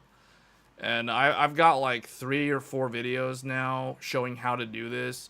But I might actually take that segment of the live stream where we actually talk through the thinking process, the reasoning process of like the proc ODT and all those impedance values. That might turn into its own separate video. But anyway, guys, that's going to be it for this stream. Thanks for tuning in. We'll be back tomorrow with Trails in the Sky First Chapter Remake. And we'll probably also do the exact same thing on Saturday. So if you like these technical discussions that we do on Tech Thursdays, do get subscribed. Do hit the bell icon if you want to get notified when I go live. Because this content is kind of rare. There's not a lot of people that talk about stuff like 4 sticks of memory overclocking and verifying stability and that kind of thing, and show you the actual steps of how to do it. So, and it's all free. None of this content's locked behind a paywall. If you want to support the channel, you can go ahead and become a channel member. We have a Patreon also.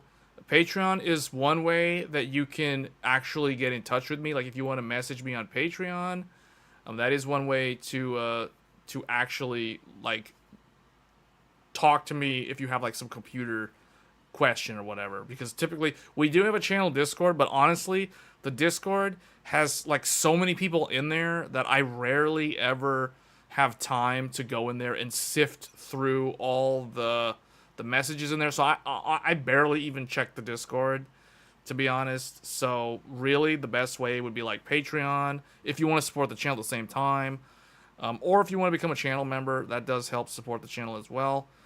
But with that being said, I'm going to go ahead and get on out of here. Thank you all for tuning in, and I will catch you guys next time on Tech Thursdays. Until then, take care.